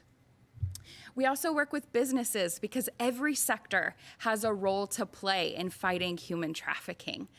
We do street teams. We call this our outreach. We do street teams, and we go to vulnerable communities that have high incidence rates of trafficking and a high prevalence, and we go and talk to those vulnerable communities. We give them hygiene items. We give them a warm meal, and we talk to them about trafficking and commercial sexual exploitation. We ask them if they need help and support. We give them resources and a number to call if they do need that help and support. And that is key, getting in to fill the gaps and needs of vulnerable communities so that this idealistic view that our traffickers paint of this glamorous lifestyle in trafficking, so that they know that that is not true, and so that they can have some of their needs met and not be forced into that. And then lastly, we work with our law enforcement partners on training for law enforcement. We want to help fill capacity gaps. We want to help empower them with tools and information and show them how to make these cases even stronger and support them in that effort. Our law enforcement work so hard and are often strapped, like many of us, but are have fewer resources, but are expected to do more work. And so by doing these trainings, we hope to be empowering them and supporting them as they know what to look for, as they support potential victims and survivors of commercial sexual exploitation and trafficking, and we can support them in making those good, strong cases to go after the bad guys, those perpetrators, the buyers, and the sellers of our children for sex. In our next pillar, we focus on protection. So you heard some from the child advocacy centers today about the wonderful services that they offer. And we also offer services to support survivors of commercial sexual exploitation. So in Georgia, we have a 24-hour state hotline that we run, so that reports, suspicions, and referrals can be submitted to us any hour of the day. And then we work on client assessment and intake. We use an evidence-based and research-based assessment with our youth to determine what their needs are and what their inherent strengths are. We believe that every child has inherent strengths. We want to build upon those strengths. We want to add life skills and other strengths to their toolbox, and we want to fill in those gaps and those needs. Our assessment also helps us to confirm victimization. So this assessment basically tells us, yes, this child was trafficked, or no, this child was not necessarily trafficked. And then it helps us figure out those root causes. This is not something I'm sure you've heard today from our speakers, that any child wakes up one day and says, I want to sell my body for sex. That's not how it happens. This issue is more about a lack of choices than it is a conscious choice to go out and do this. And oftentimes, as I'm sure you've heard, it's facilitated by other means. And so it's really important that we understand those root issues that led to the incidence of trafficking. And that's because, again, we believe in this comprehensive and holistic response. So we want to get them trauma-informed care and services to help their healing and their journey to restoration. But we also want to fill in those needs of those areas that they have so that we can ensure that trafficking does not happen again. And so this assessment helps us do all of those things and also helps us set up individualized care plans for survivors. And so we believe that child well-being, there are so many areas of child well-being, and so we suggest and connect them to services to meet their mental health needs, their physical needs, their educational needs, their spiritual needs, their self-efficacy needs. We want all of those services to be in place, wrapped around that child. And most importantly, we want that to be done in a survivor-centered and person-first way. And so what that means is that these services are individualized. And what's so important about that is that all of us as human beings process trauma differently. And what they have been through is deeply, deeply traumatic. And so we need to understand that a set of services that are suggested for one child will not necessarily meet the needs of another child. And that is so important when we're crafting services for any of us as human beings, that our voice and our choice is a part of that. And it is centered on the goals and dreams and aspirations that we have for our own lives. And we believe in that, and that is a part of the process that we use one-on-one with youth. And then from there, we basically hold their hand and walk alongside of them in this journey to restoration and well-being. And for many survivors, it's not necessarily a straight line to well-being. It's more of a cyclical process or a little bit of a roller coaster where there are ups and downs, but we want them to know that there's someone in their life who does not need or want anything from them and someone who is just there to support them in their journey to well-being and healing from their trauma and abuse. Next, we focus on policy. And so policy, we have several policy initiatives, and these change from year to year. These also change from state to state because what the state of Tennessee needs is slightly different than the state of Georgia, is slightly different than the state of Texas as well. And so we have policy initiatives in each of our states, and we follow legislative session there. And we also work with our Survivor Advisory Board. And so this is a group of people who have lived experience in trafficking. They have walked the journey of trafficking, trauma, abuse, and they have come out resilient and strong on the other side. And we believe that that lived experience is so important in any of the programs, services, and projects that we craft. We want their advice. We want to hear from them. What would have worked for you? What did work for you? What made a difference? What do you suggest as an expert on this as we craft programs and interventions for children? And so they are a huge part of all of our policy initiatives because we want to make sure that we are suggesting and working with our legislative champions on bills and acts that will increase protections and care and services for victims in pieces of legislation that will attack those who facilitate this crime of trafficking.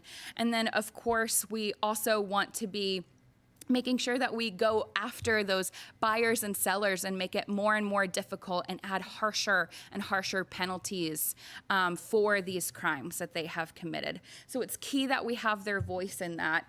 And then we have something called the Street Grace Justice Project. One of the needs that we noticed early on was support with our survivors on records that they had from their trafficking experience. And so oftentimes that's something that's kind of run by the trafficker and is an intentional thing that they do, but also it can just be a part of the life while they're in it and in that trafficking, trauma, and abuse kind of cycle. And so Street Grace Justice Project is a project of lawyers, and litigators that have come together and offered their services pro bono to help support adult victims. So that may be with expungement and record restriction, but it could be so many different things related to their cases. And this has been a game changer for so many adult survivors that we work with, because it enables them to really set a new direction for their lives, to be able to get an apartment, to be able to apply for a job without the fear of things from their past and from their trafficking experience being connected to their new life and their new direction. And so that project has been such an encouraging initiative. And then lastly, we focus on research. So we want to make sure that as we are doing this work so far in prevention and policy, like we've talked about, and then we'll eventually talk about pursuit, that we are sharing that information. Our field, the field of human trafficking, we all need to be sharing what we are learning so that we can develop those best practices, and we can demonstrate and then be able to use those and replicate those in other places to support other survivors and victims of this crime. And so research is a huge part, and one area that we specifically focused on is the illicit massage industry and the role that they can sometimes play in labor and sex trafficking. And so finding more and more out about that business, about how it works, about how labor and sex trafficking may be connected, releasing research so that we can focus on enhancements and protections within that specific industry. And then lastly, what I'll spend the rest of my time today talking about is pursuit. And this is really what we mean by our demand projects and initiatives. And so the one that I want to focus on is called Transaction Intercept. And so this is a chatbot online that, as I'm talking to you, is currently up online. We lovingly refer to her as Gracie. And so Gracie is up online chatting right now with the intention of intercepting purchases for children with sex. So there are ads online with the intention of selling children for sex, and there are buyers that will go online looking for these young, vulnerable children and will attempt to purchase sex acts from them. And Gracie is pretending to be that child and intercepting those proposed purchases and delivering a strong message to those who attempt to purchase sex with the children. And so we do this through collaborations with law enforcement partners throughout the United States who work with us on these proactive operations. And so I want to take a look real quick at Gracie and show you a little bit about Gracie. So an artificially intelligent online presence designed to help stop sex traffickers. And so here's a video that we'll look at now that paints a little bit more of the picture around this project. It's human nature to be scared of the dark. Darkness is where monstrous things happen, where morals take a back seat and bad dreams become real. Darkness seeps into our lives, from our neighborhoods to online, where some of the most vile acts occur, buying and selling sex from minors. Even worse, we don't know who the perpetrators are. Anonymous users go online to initiate their illegal acts. With promises of false opportunities, predators gain power with each message sent and received. But what if what hides in the darkness is also the light? What if the anonymity that lives within technology can become the solution? Meet Gracie. Gracie is a unique chatbot who poses as an anonymous minor and has natural conversations while collecting insights and data. One chatbot with the power to intercept thousands of messages will redirect those seeking illegal sex to seeking the help that they really need, and protect the more than 300,000 children who are at risk of domestic minor sex trafficking every year. Together, we can help children in Georgia, the United States, and beyond, ultimately putting an end to this worldwide crisis. Every dollar donated will disrupt another transaction. We need your support to give Gracie the power to defeat this darkness.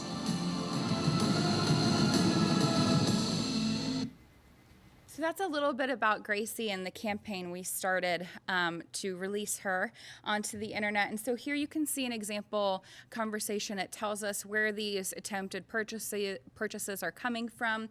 And it sets up a conversation, and Gracie can speak in many different languages. She can pretend to be many different ages.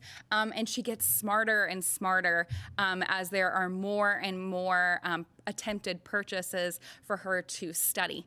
And so, someone will respond, she'll respond back kind of in line with that conversation. And then at the end, what will happen is that Gracie will send a message notifying that person that this was a conversation that was recorded in accordance with our law enforcement partners. It lets them know for the specific jurisdiction that we're in what the penalties are for that crime in their specific jurisdiction. And so this one that you'll see is just an example of a federal message that might be sent. And so it says that this is an illegal crime. It's punishable by up to 40 years in prison and up to $100,000 in fines. We know who you are. This is your first and last warning. So we want to use any tactic that we can to prevent these purchases, because that is how we attack demand. And if you think about this industry as a supply and a demand, unfortunately that product and that supply are our young children. And as difficult as that is for us to wrap our minds around, we have to think about this as a business, because that is why the traffickers do this. That is why this is, an economic advantage and benefit to the traffickers. And so if we want to remove the supply, we must remove the demand for sex with children, and then traffickers won't have anything to sell because there won't be an increasing demand here. And so we want to use every tactic that we can. So we want to scare them and let them know about the laws, but then secondarily, we'll send a message, and that you can see an example here that says all of the outcomes that can happen psychologically to someone who purchases sex as well. And then we offer resources and support. And so we want to make sure that in addition to the scare tactic, we are also providing an avenue for them to seek help for whatever their issue may be. It may be sex addiction, it may be a porn addiction. And so we have resources for all of those online. We want them to be able to seek help for their ailments, issues, and disorders that have led them to want to or attempt to purchase sex with children. And so that's what we do with demand reduction.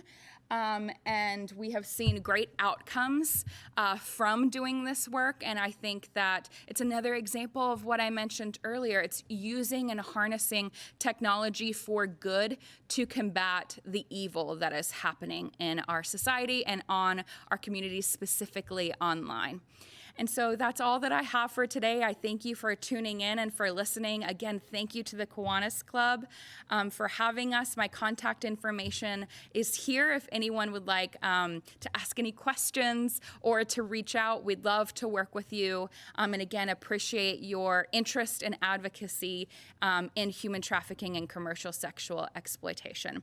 And so now I would like to finally thank the Kiwanis Club of Blue Ridge for inviting me to be here today. And we'll be back with more after this commercial break. Thank you. Welcome back, everyone, to the Fannin County Community Services Conference, Human Trafficking, Stolen in the Blink of an Eye. Did you listen to our previous speaker? One of the things that she said was that they are working with a group of attorneys to help victims get their life back, right? So sometimes human traffickers, pimps and all, will intentionally cause these people to be in trouble with the law. So how do they get their life back in order to rent an apartment or buy a car or get a bank account? Well, in 2020, Governor Kemp signed Senate Bill 435, which is known as the Survivors First Act. This bill created remedies for individuals to clean up their Georgia criminal history if they were survivors of sex or labor trafficking.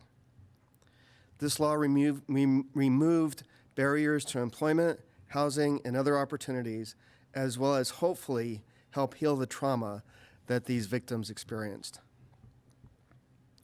Heather also highlighted the need to educate children. The Community Service Conference annually incorporates essays from students in Fannin County, and we ask them to write an article or write a report about the topic. This was open to local high school students and to college students. And 2 winners were selected, and each received a certificate and a $50 cash prize. The Kiwanis Club's Sherry Morris visited Fannin County High School to meet this year's winners. We would like to thank Fannin County High School's Mr. Bubba Gibbs and his technology program for recording and editing the following video. Let's take a look. Hi, I'm Sherry Morris, representing the Kiwanis Club of Blue Ridge, and today it is my pleasure to introduce to you Peyton Nelson, who is our first place winner in our essay contest. Human trafficking. How to prevent yourself from becoming a victim. Human trafficking involves the use of force, fraud, or coercion to obtain some type of labor or commercial sex acts, states the United States Department of Homeland Security. Millions of people in the United States are tricked into human trafficking ploys, trapping them in bad situations through a few unlucky actions. Human trafficking affects people from all walks of life, no matter age, race, gender, or economic status. Children can be forced into sex acts, and immigrants can be tricked into forced labor. People protect themselves and their friends from human trafficking by identifying ploys and being safe online. The 2 main types of human trafficking scams are false love and false jobs. False love scams usually result in sex trafficking and are more common among teens. The U.S. Department of Homeland Security states, individuals looking to exploit others will use emotional, mental, and financial support to gain trust and build dependency on potential victims. In relation to false love schemes, explorers could give a victim money whenever asked and support the victim in times of need. These, however, are just the tip of the iceberg. Severe warning signs of false love schemes include the exploiter limiting access to friends and family, threatening behaviors, and the victim denies the exploiter's request, and forcing the victim to perform sex acts they have not consented to. This can be extremely dangerous, especially for minors, which is why it's important to see the warning signs. Teenagers live their lives nowadays through social media. Most victims of human trafficking are hunted down on social media, so it's important to stay safe online. To stay safe online, keep all accounts private, don't share personal information, and don't share photos that could potentially be used for blackmail. In regards to the false love scheme, make sure to meet in a public place with a familiar face nearby. And if the person seems suspicious, report that person to a friend or another adult in the area. If anything seems to get suspicious or out of hand, block the contact and stay away. Remember, it's always better to be safe than sorry. According to the United States Department of Homeland Security, recognizing key indicators of human trafficking is the first step in identifying victims and can help save a life. Many people, specifically minors, fall into trafficking traps because they do not know what to look for. They don't understand that it's bad to talk to those that they don't know online and give away personal information. That is why it's best to keep social media safe and secure and to help others do the same. Millions are victims every year, and who knows who's next. Sharing this information to friends and family could save someone's life. I'd like to introduce our second place winner, Alexandra Kerr. Human trafficking is widely known and a horrifying issue in today's society. Countless children, teenagers, and adults are kidnapped daily and sold into slavery or prostitution. The victims are seldom prepared for when a person may snatch them away, and their families are sent into a state of panic, for the fear of the state of the victim often clouds their judgment. Homeland Security and other government agencies are working around the clock to try and rid the world of this problem and rescue the victims of such awful acts. According to a study done in 2019 by WorldPopulationReview.com, about 1,507 cases of human trafficking were reported in the state of California alone, and a hypothesis found on NCJRS.gov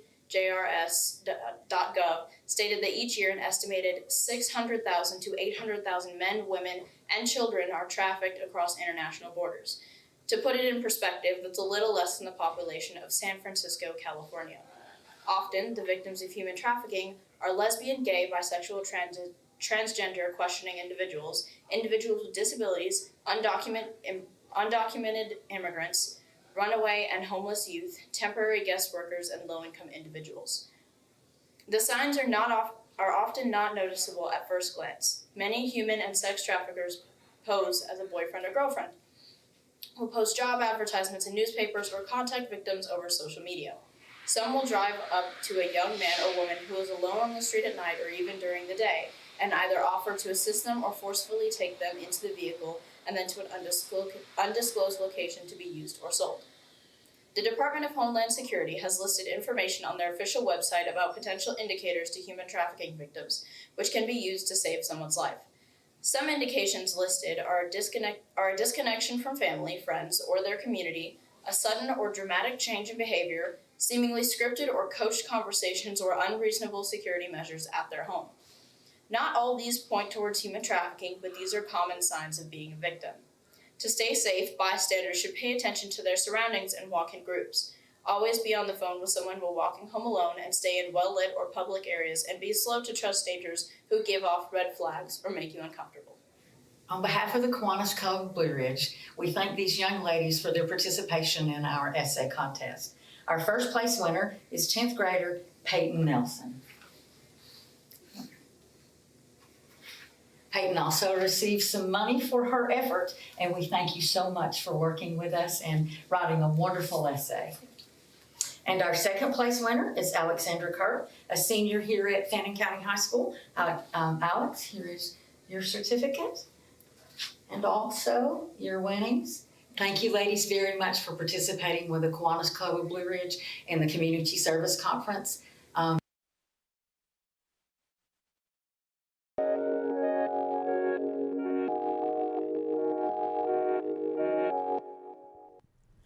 Welcome back, everyone, to the Fannin County Community Service Conference, Human Trafficking, Stolen in the Blink of an Eye. Now it's time for our panel discussion with today's presenters. I would like to reintroduce you to this year's panel of experts on the issue of human trafficking. Susan Norris of Rescuing Hope, Naisha McDowell, who is a statewide child and youth care coordinator with the Children's Advocacy Centers of Georgia. I will get that right by the end of the program. Debbie Crumley of End Slavery Georgia, and Heather Stockdale of Street Grace. Welcome, and thank you so much for sharing such interesting and enlightening information about this important topic. So I've got several questions. If we can take a few minutes, and we've had questions that have come in from people that are watching us on Facebook Live and some folks that have sent questions via the email. So we'll go through these. They're not in any particular order. And I'm not going to ask you individually, but if you feel compelled to chat and to address it, please do so. So the first question that we have is, what are the signs that a loved one might be a victim of human trafficking? There are a lot of different signs. One of the things that you see is they change in their behavior from what you're familiar with. So if they're very outgoing and bubbly and very talkative and engaged with peers, and they suddenly start becoming withdrawn and quiet or change their habits at home, that would be an indicator. You could also see that at school. You may notice the change in their dress. Are they making eye contact with you? As we've discussed previously, there's so many different indicators, and there's not one or two that is indicative of every case of trafficking. Many times it's one or two off this list for this victim, another different two or three. So it's important that you familiarize yourself with a lot of the indicators, and I think all of us have a list of those on our websites that you can find information on to familiarize yourself with that. Absolutely. Everything that Susan said, I would also add just paying attention to your child's peer network and peer support. If you've noticed a drastic change, as Susan said, in behaviors, and additionally their peer support network has changed pretty drastically as well, that could be another indicator. If you notice that they're hanging out with youth that are much older or with older adults, that could certainly be a cause for concern. And just being sure that you keep in constant communication with your child, just having that open feedback loop with them is always helpful. And someone mentioned it earlier, but inviting your youth to talk to you about things that they have concerns about without necessarily being overreactive, because sometimes they can respond in a way where they feel like you're overreacting to them and not necessarily the situation at hand. And so that's just another risk factor to be aware of as well. I'm in complete agreement with what they've just said. Keeping those lines of communication open with your children, and maybe you're not comfortable, or that child is not comfortable with speaking with you about that. Rather than just drop the subject and hope for the best, then I would suggest seeking out some professional help. It may be with a counselor, a minister, or an agency who works with survivors of trafficking, even to communicate with that child and kind of assess the situation. And one specific thing that I would add has to do with grooming tactics and the grooming process. And so traffickers will oftentimes make this lifestyle or their lifestyle look very glamorous and enticing to young people. And so they'll do that by buying gifts and indulging them. And so a lot of times what we'll see with youth is new designer jeans or a new handbag, the presence of a brand new cell phone. If the child has an additional cell phone that wasn't a part of their family cell phone plan, for example, traffickers do that as a way to communicate with the youth privately a lot. And then we'll also see an increase in cash. So if you have a young person that doesn't have a job, that has a significant increase of cash lying around, and you can't explain where that came from, that could be an indicator. And then also things like hotel key cards and things like that. Those additional things, I think, like Susan said, change of behavior. So having this change of and this influx of nice luxury kind of gifts and things like that would definitely be an indicator. And then oftentimes, specifically with our young females, seduction is a pathway to entry. And so these young females think that they're in a legitimate relationship, but they're dating, for example, an older male in his late 30s. We all know that a 38-year-old man has no business dating a 16-year-old, but to her that's a legitimate relationship with someone that she loves, someone she refers to as her boyfriend. And so I would just add to this list a significantly older boyfriend or girlfriend that a child has should definitely set off alarm bells in our mind. Excellent, thank you. So in our community, we have a lot of grandparents raising children, and that may be true across the state of Georgia. So this question relates to that. What are some steps that I can take as a grandmother or grandfather to protect my teenage granddaughters from human trafficking? That's a great question. I don't mind starting off. I think one of the best things that we can do is try to find a support system. And so you may not, and as you said, you may not always feel comfortable with the topic at hand. And there are so many different nuances that just require additional education. And so I believe that having a support system, whether it be a mentor or someone within the community that has access to additional knowledge on the topic of human trafficking, and in addition to that, resources that they can connect that youth to. We find that peer support groups and having access to other peers in that child's age group also helps in a prevention type of way. There are also great prevention education programs throughout the state of Georgia that can provide some additional education. And so maybe finding an organization that's implementing prevention education in a local school system or at a Boys and Girls Club could be a great way to protect your youth as well. But we always emphasize education because our young people can be educated in such a way that they can protect themselves, even though the priority is that adults first protect our youth. I would also say to make your home a safe haven, not just for them, but for their peers, so that their peers want to be there, so that they feel comfortable around you. They know that they can talk. You might be 30 or 40 years older than them, but you can be relevant in their lives. It takes work. It takes finding out what is current, whether it be music, fashion trends, whatever they're interested in. It may be gaming. You may have to learn how to play some of these gaming devices, and that might stretch you, but it's a step at protection. And understanding the technology, one of the most critical things you can do if you have supervision of a child, it does not matter what age that child is and what age you are, it is to familiarize yourself with the devices and the different apps or gaming systems that interface with that device so that things can't be hidden from you, There are a lot of cover apps out there on cell phones and tablets where it looks like it's a weather app. It looks like it's a calculator. But most cell phones and most tablets come with a standard cell phone calculator and a weather app. So make sure you take those devices from time to time, touch them. If it's a weather app, it's going to pop up and tell you the weather. But if it pops up and it says you need a password, there's something that's being hidden from you in plain sight, as we talked about earlier. So you need to find out what those passwords are, and you need to make sure that it's not sexting that is taking place between them and a classmate, which is where it sometimes starts, or between them and an older individual. That can be a photo or a video. And traffickers, as Heather mentioned, they will utilize that romance to groom you to ask, oh, can you just send me a picture of yourself in a bathing suit? And then from there it's, oh, well, now can you just take your top off?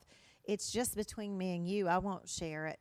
And they're building this database of photos that in many cases they're become part of international porn that's being trafficked. We received a call from a family where the young girl had been taken from school by her parents and began homeschooling her because she was experiencing bullying.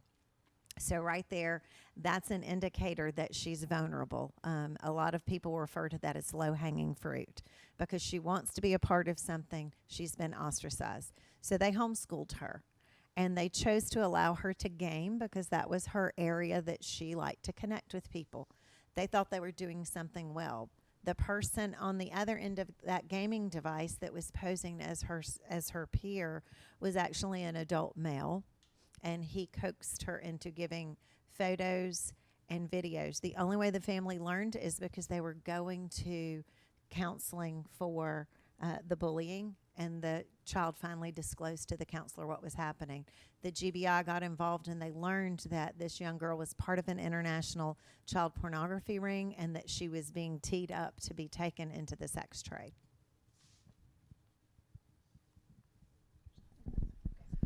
Wow, that is awfully scary. You know, in the news just yesterday, we heard about Facebook and Twitter accounts, right? And that they, at least what's reported in the news, intentionally are supporting activities like this because it builds revenue. In Georgia, the trafficking, the economic value of trafficking, I think I read is something like $300 million. You think that's an accurate number, or is that too small? Is it really much bigger than that?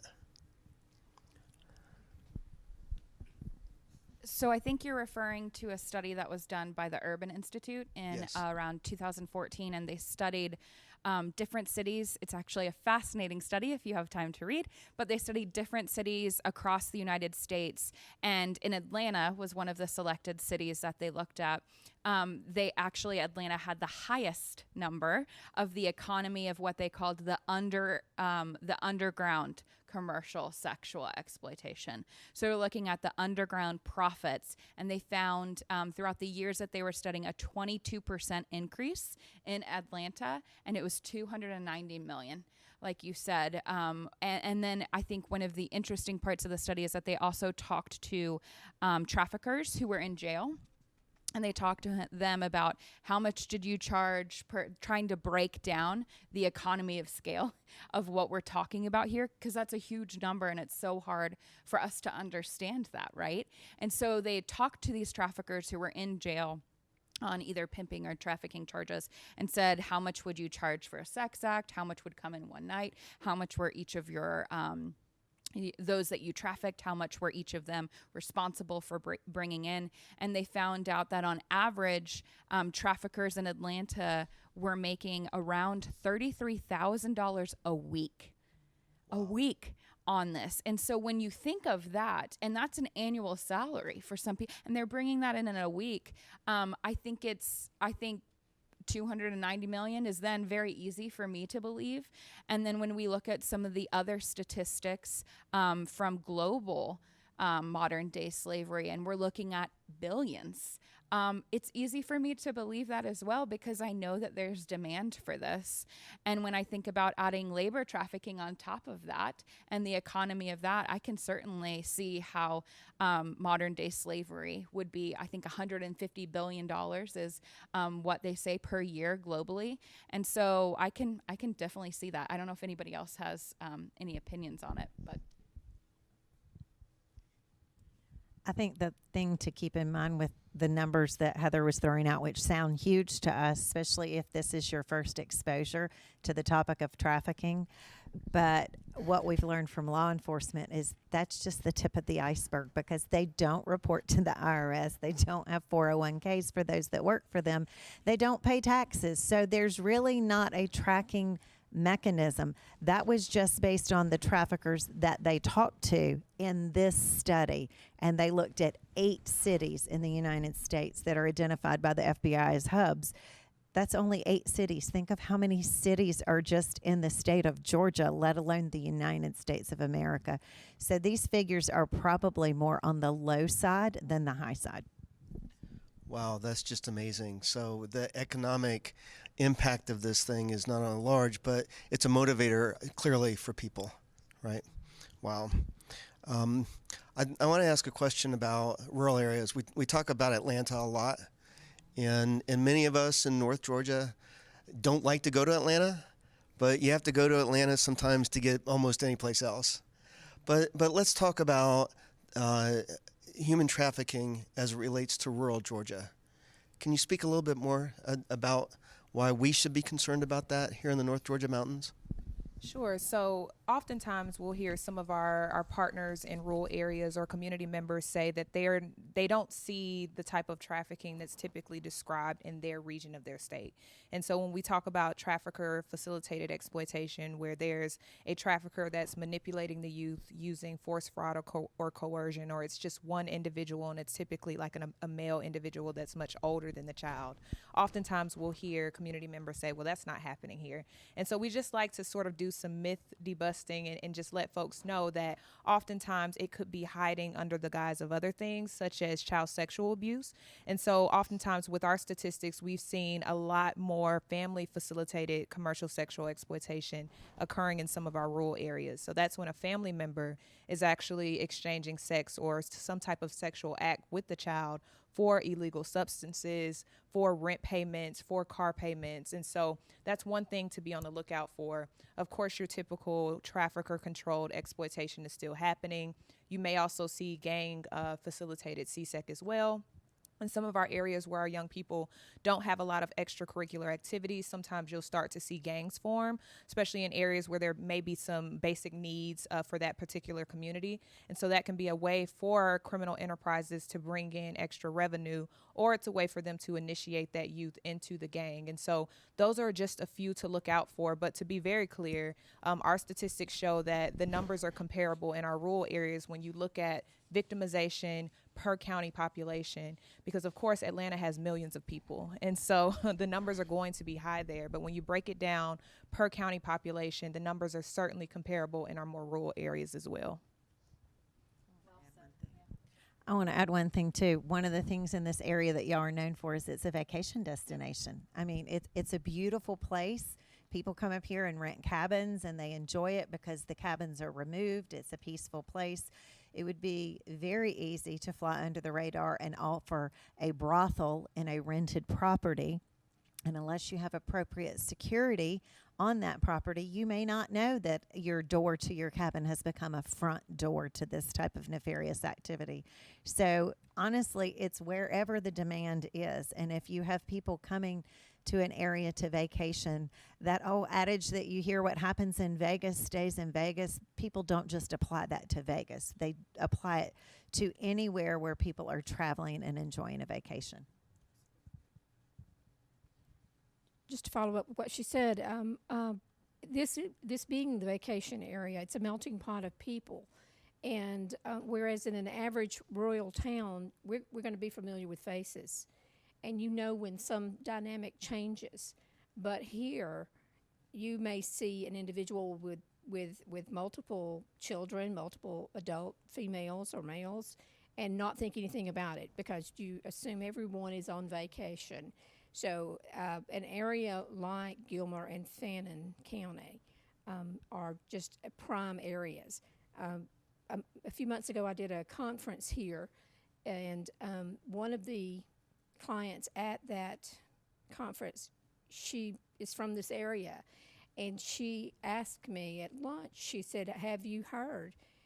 There's always been an old saying that you could rent a cabin and a kid here in Gilmer and Pickens. And I said, well, no, I'm not really familiar with that. But she says, do you think it really happens? And I said, probably so, because you're set up in the perfect scenario for something like that. So that's all the more reason for people to be observant and get the education out into the community so that they know what to look for. Wow, that is a very frightening phrase, and I'd not heard that before. I guess one of the phrases that comes to me on a positive side is that we should advocate for folks. If they see something, say something, right? Would you agree with that? Yes. Let's say a victim of human trafficking comes in for help or comes to me for help. What are the most important first steps that I can take to be a safe haven for this victim? I think one of the most important things is just letting that victim or survivor know that you believe what they're telling you. And we talk about this when we talk about child sexual abuse and when someone discloses, but also with commercial sexual exploitation, letting that victim know, I believe you and I'm going to do what I can to assist you.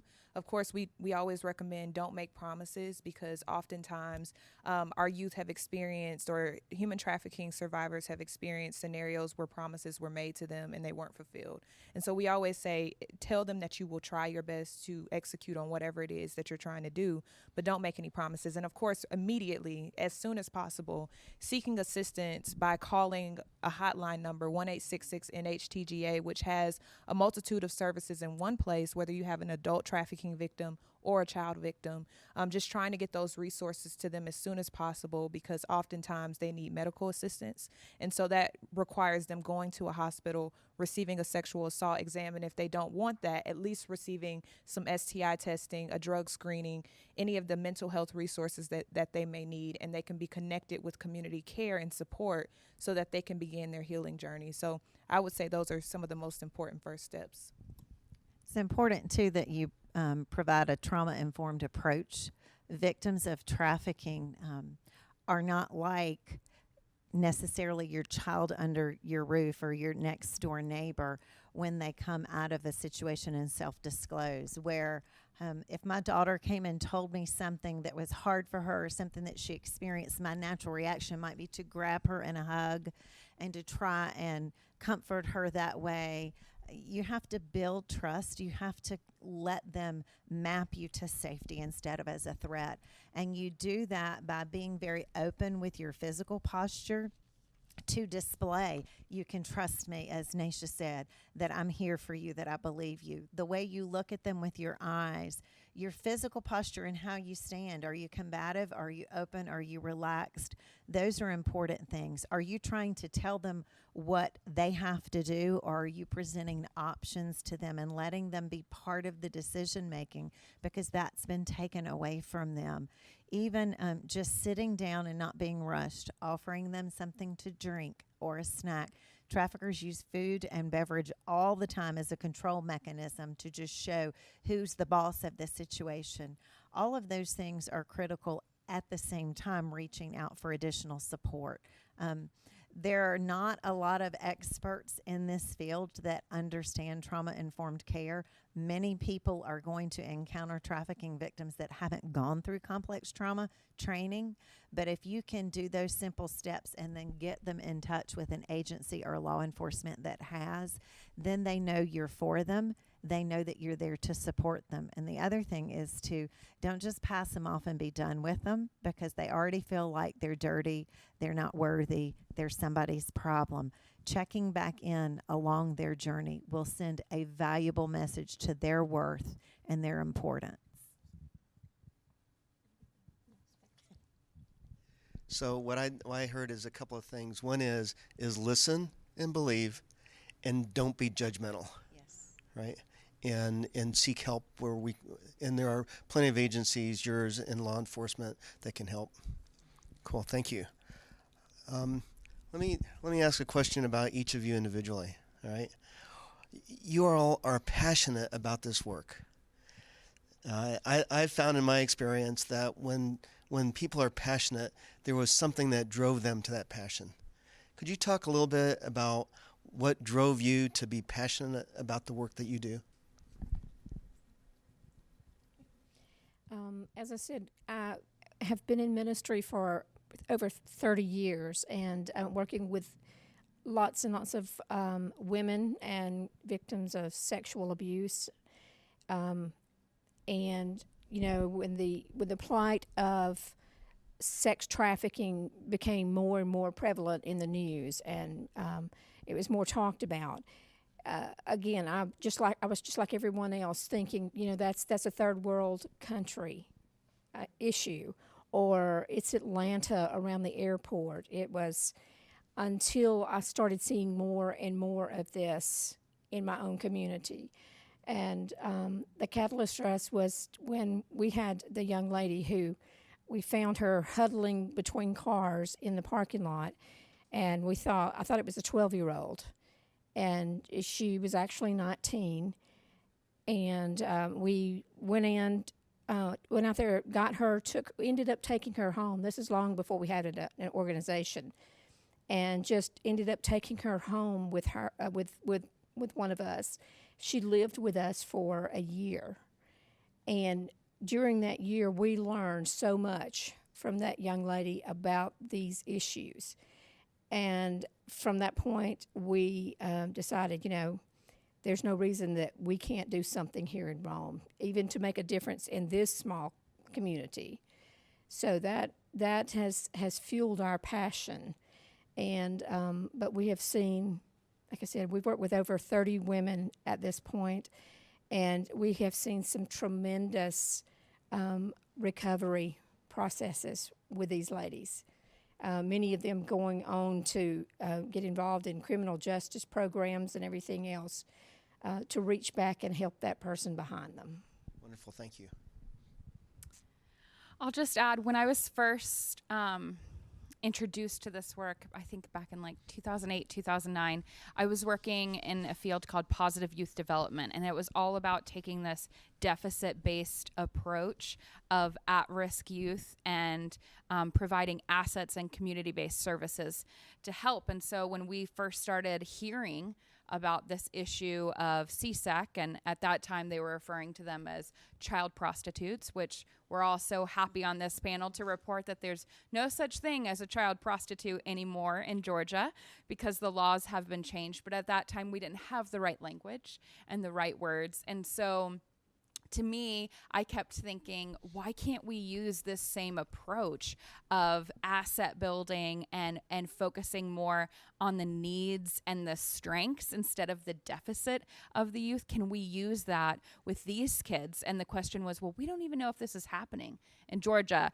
We think this is just an inner city problem in Atlanta. And so we did some studies and pulled some numbers and started seeing this really all throughout the state of Georgia, which was shocking. And so I say, this is an issue that people go from 0 to 60 like that on. It's so shocking. It's so disturbing that it just generates something in you. And I'm no different. So when I started hearing that, when we kind of stumbled upon this, it creates that fire in you, and just feeling like these youth had no one to go to bat for them, and I was not going to be another person who knew about this and did not go to bat for them.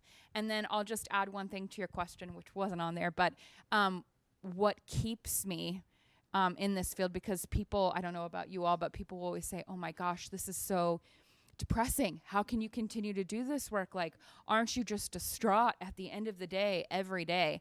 And my answer is no. Because number one, this could have easily, like any of the children or people that we have served, it could have been us. Yes. I never let go of that fact, because every child is at risk of this, really. And then also, for all of the harrowing trauma and abuse and horrible, things that you hear that have happened to our young people, I also, on the other end, get to see so much resilience and strength and positivity for kids that have literally been through pretty much the worst thing you can imagine. And that strength inspires me. And that is what keeps me going every day. Thank you.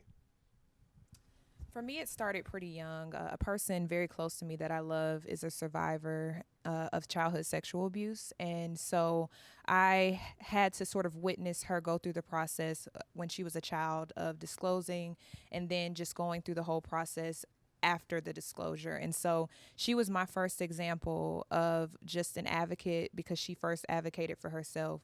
And so that inspired me from a very young age. And from there, I just always sort of had it in the back of my mind that I wanted to be able to help people that have experienced things such as childhood sexual abuse, childhood neglect, or trauma.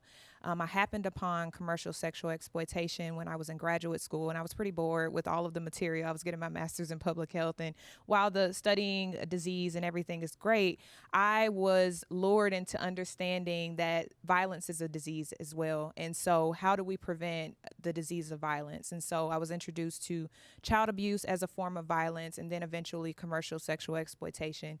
And it really took me encountering a young lady in the city of Atlanta one morning. It's 8:00 in the morning. We're all on our way to class or to work. And she's walking down the street with a sort of bikini top on, a jean skirt, and she's missing a shoe. And so she's just kind of dragging along, and folks are passing her by. Nobody's stopping to ask her if she's okay or if she needs help. And I remember I passed her.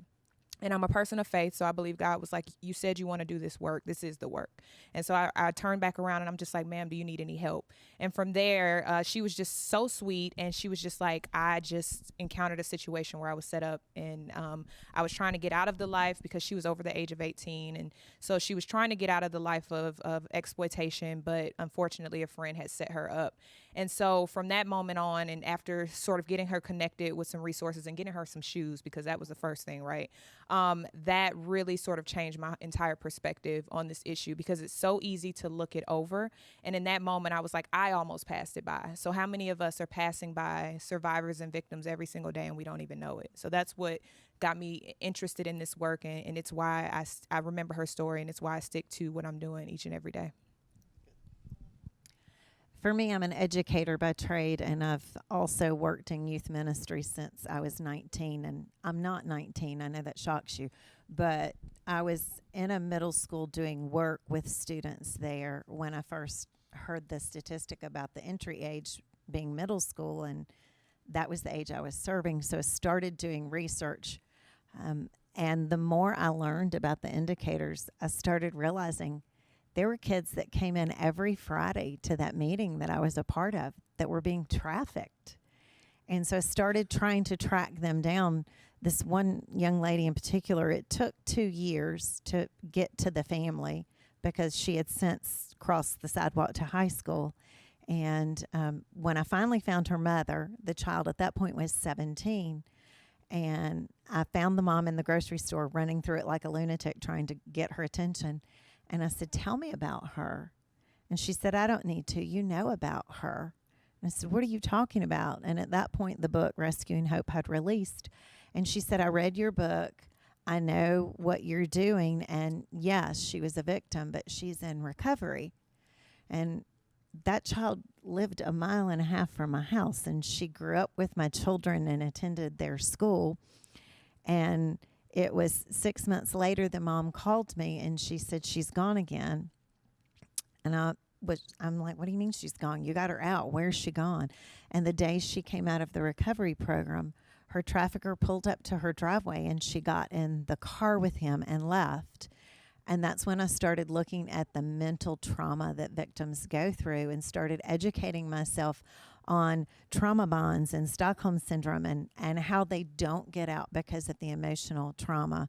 At that same time, the victims that I interviewed for the book started calling my phone, and I would answer, and they'd say, hey, Mama, I don't have groceries, or hey, Mama, I need diapers. One called and said, hey, Mama, I'm in jail. Can you come see me? And I kept thinking, why are you calling me Mama? and why are you telling me what all these needs are? And I realized they had no one else, and I had, for the 20 minutes or the 2 hours I sat with them, showed interest in their life. That's why I tell people, if you've encountered someone, don't get information or tag them to someone and then walk away, because you may be their only hope for future. Some of those girls that made those phone calls, I'm still in relationship with today. We are still encouraging. The very first young lady I sat down with to interview for the book is now looking at setting herself up to buy her first home. So that's why we keep doing what we do. So it's exciting work. Thank you very much for sharing those stories. It can be very inspiring work that you do. Thank you. That's it for our panel discussion. Thank you so much for joining us and sharing your expertise and experience. I have no doubt, but the time taken today has spent in raising awareness and highlighting this important topic for our viewers. Thank you so very much. With that, please stay with us through our final break. We'll be right back to wrap up today's session. Thank you.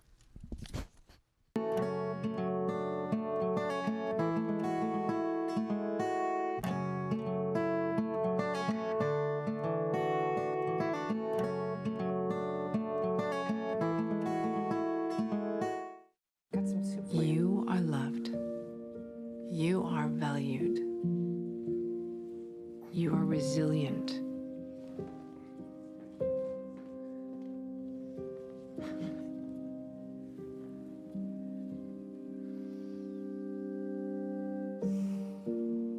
You got this.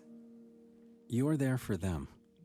We're here for you. Find free care guides at aarp.org/caregiving. Most of us are in touch with the internet in one way or another all day long. A fast, secure connection matters. It keeps us entertained, informed, in touch. ETC cares about your connection. We know strong, reliable internet with your choice of speeds makes life better. If you need an upgrade or just have a question, get in touch. Call or visit etcnow.com today. Whether you're in the mood for chicken strips, a delicious burger, our classic banana split, or an upside-down thick blizzard treat, we've got you covered. Hot and fresh food every day, every time. And delicious DQ soft serve make the perfect pair at your favorite place. Not fast food, fan food fast. Your Blue Ridge, Ellijay, and Jasper Dairy Queens are your meet, eat, and treat headquarters. Thank you for choosing DQ. How may I serve you? This country was built on self-reliance. Our fathers and grandfathers knew when something was broken, they should know how to fix it. Here at Luttrell's Hardware, we believe in the old-fashioned way. We believe you shouldn't have to drive out of town, and you darn sure shouldn't have to do it twice. Most importantly, we believe our customers should be like family. So come see us here at Luttrell's on Highway 68 in Copper Hill.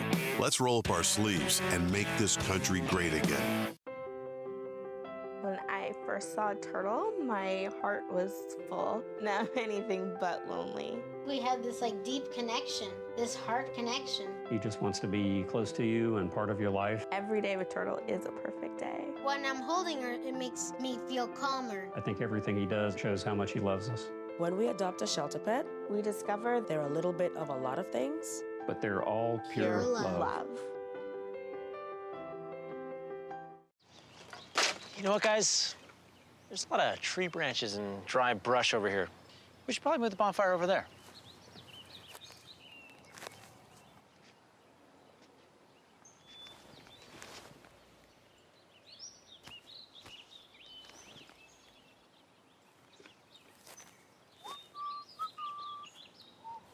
I'm guessing Smokey liked that idea.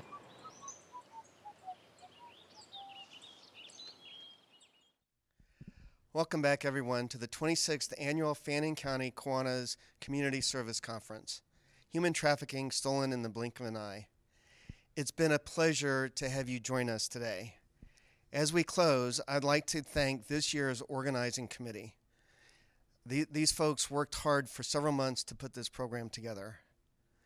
And I'll name them off. Bill Eichenberger with the Kiwanis Club of Blue Ridge, Hope Burns with the Blue Ridge Community Theater, Sherry Morris with Fannin County Family Connections, Carissa Carter and Karen Knight with Georgia Mountains Health Medical Group, Robin Davenport with the Mineral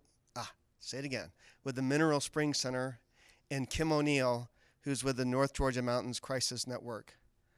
I also would like to thank the First Lady of Georgia, Marty Kemp, for setting the background for today's conference.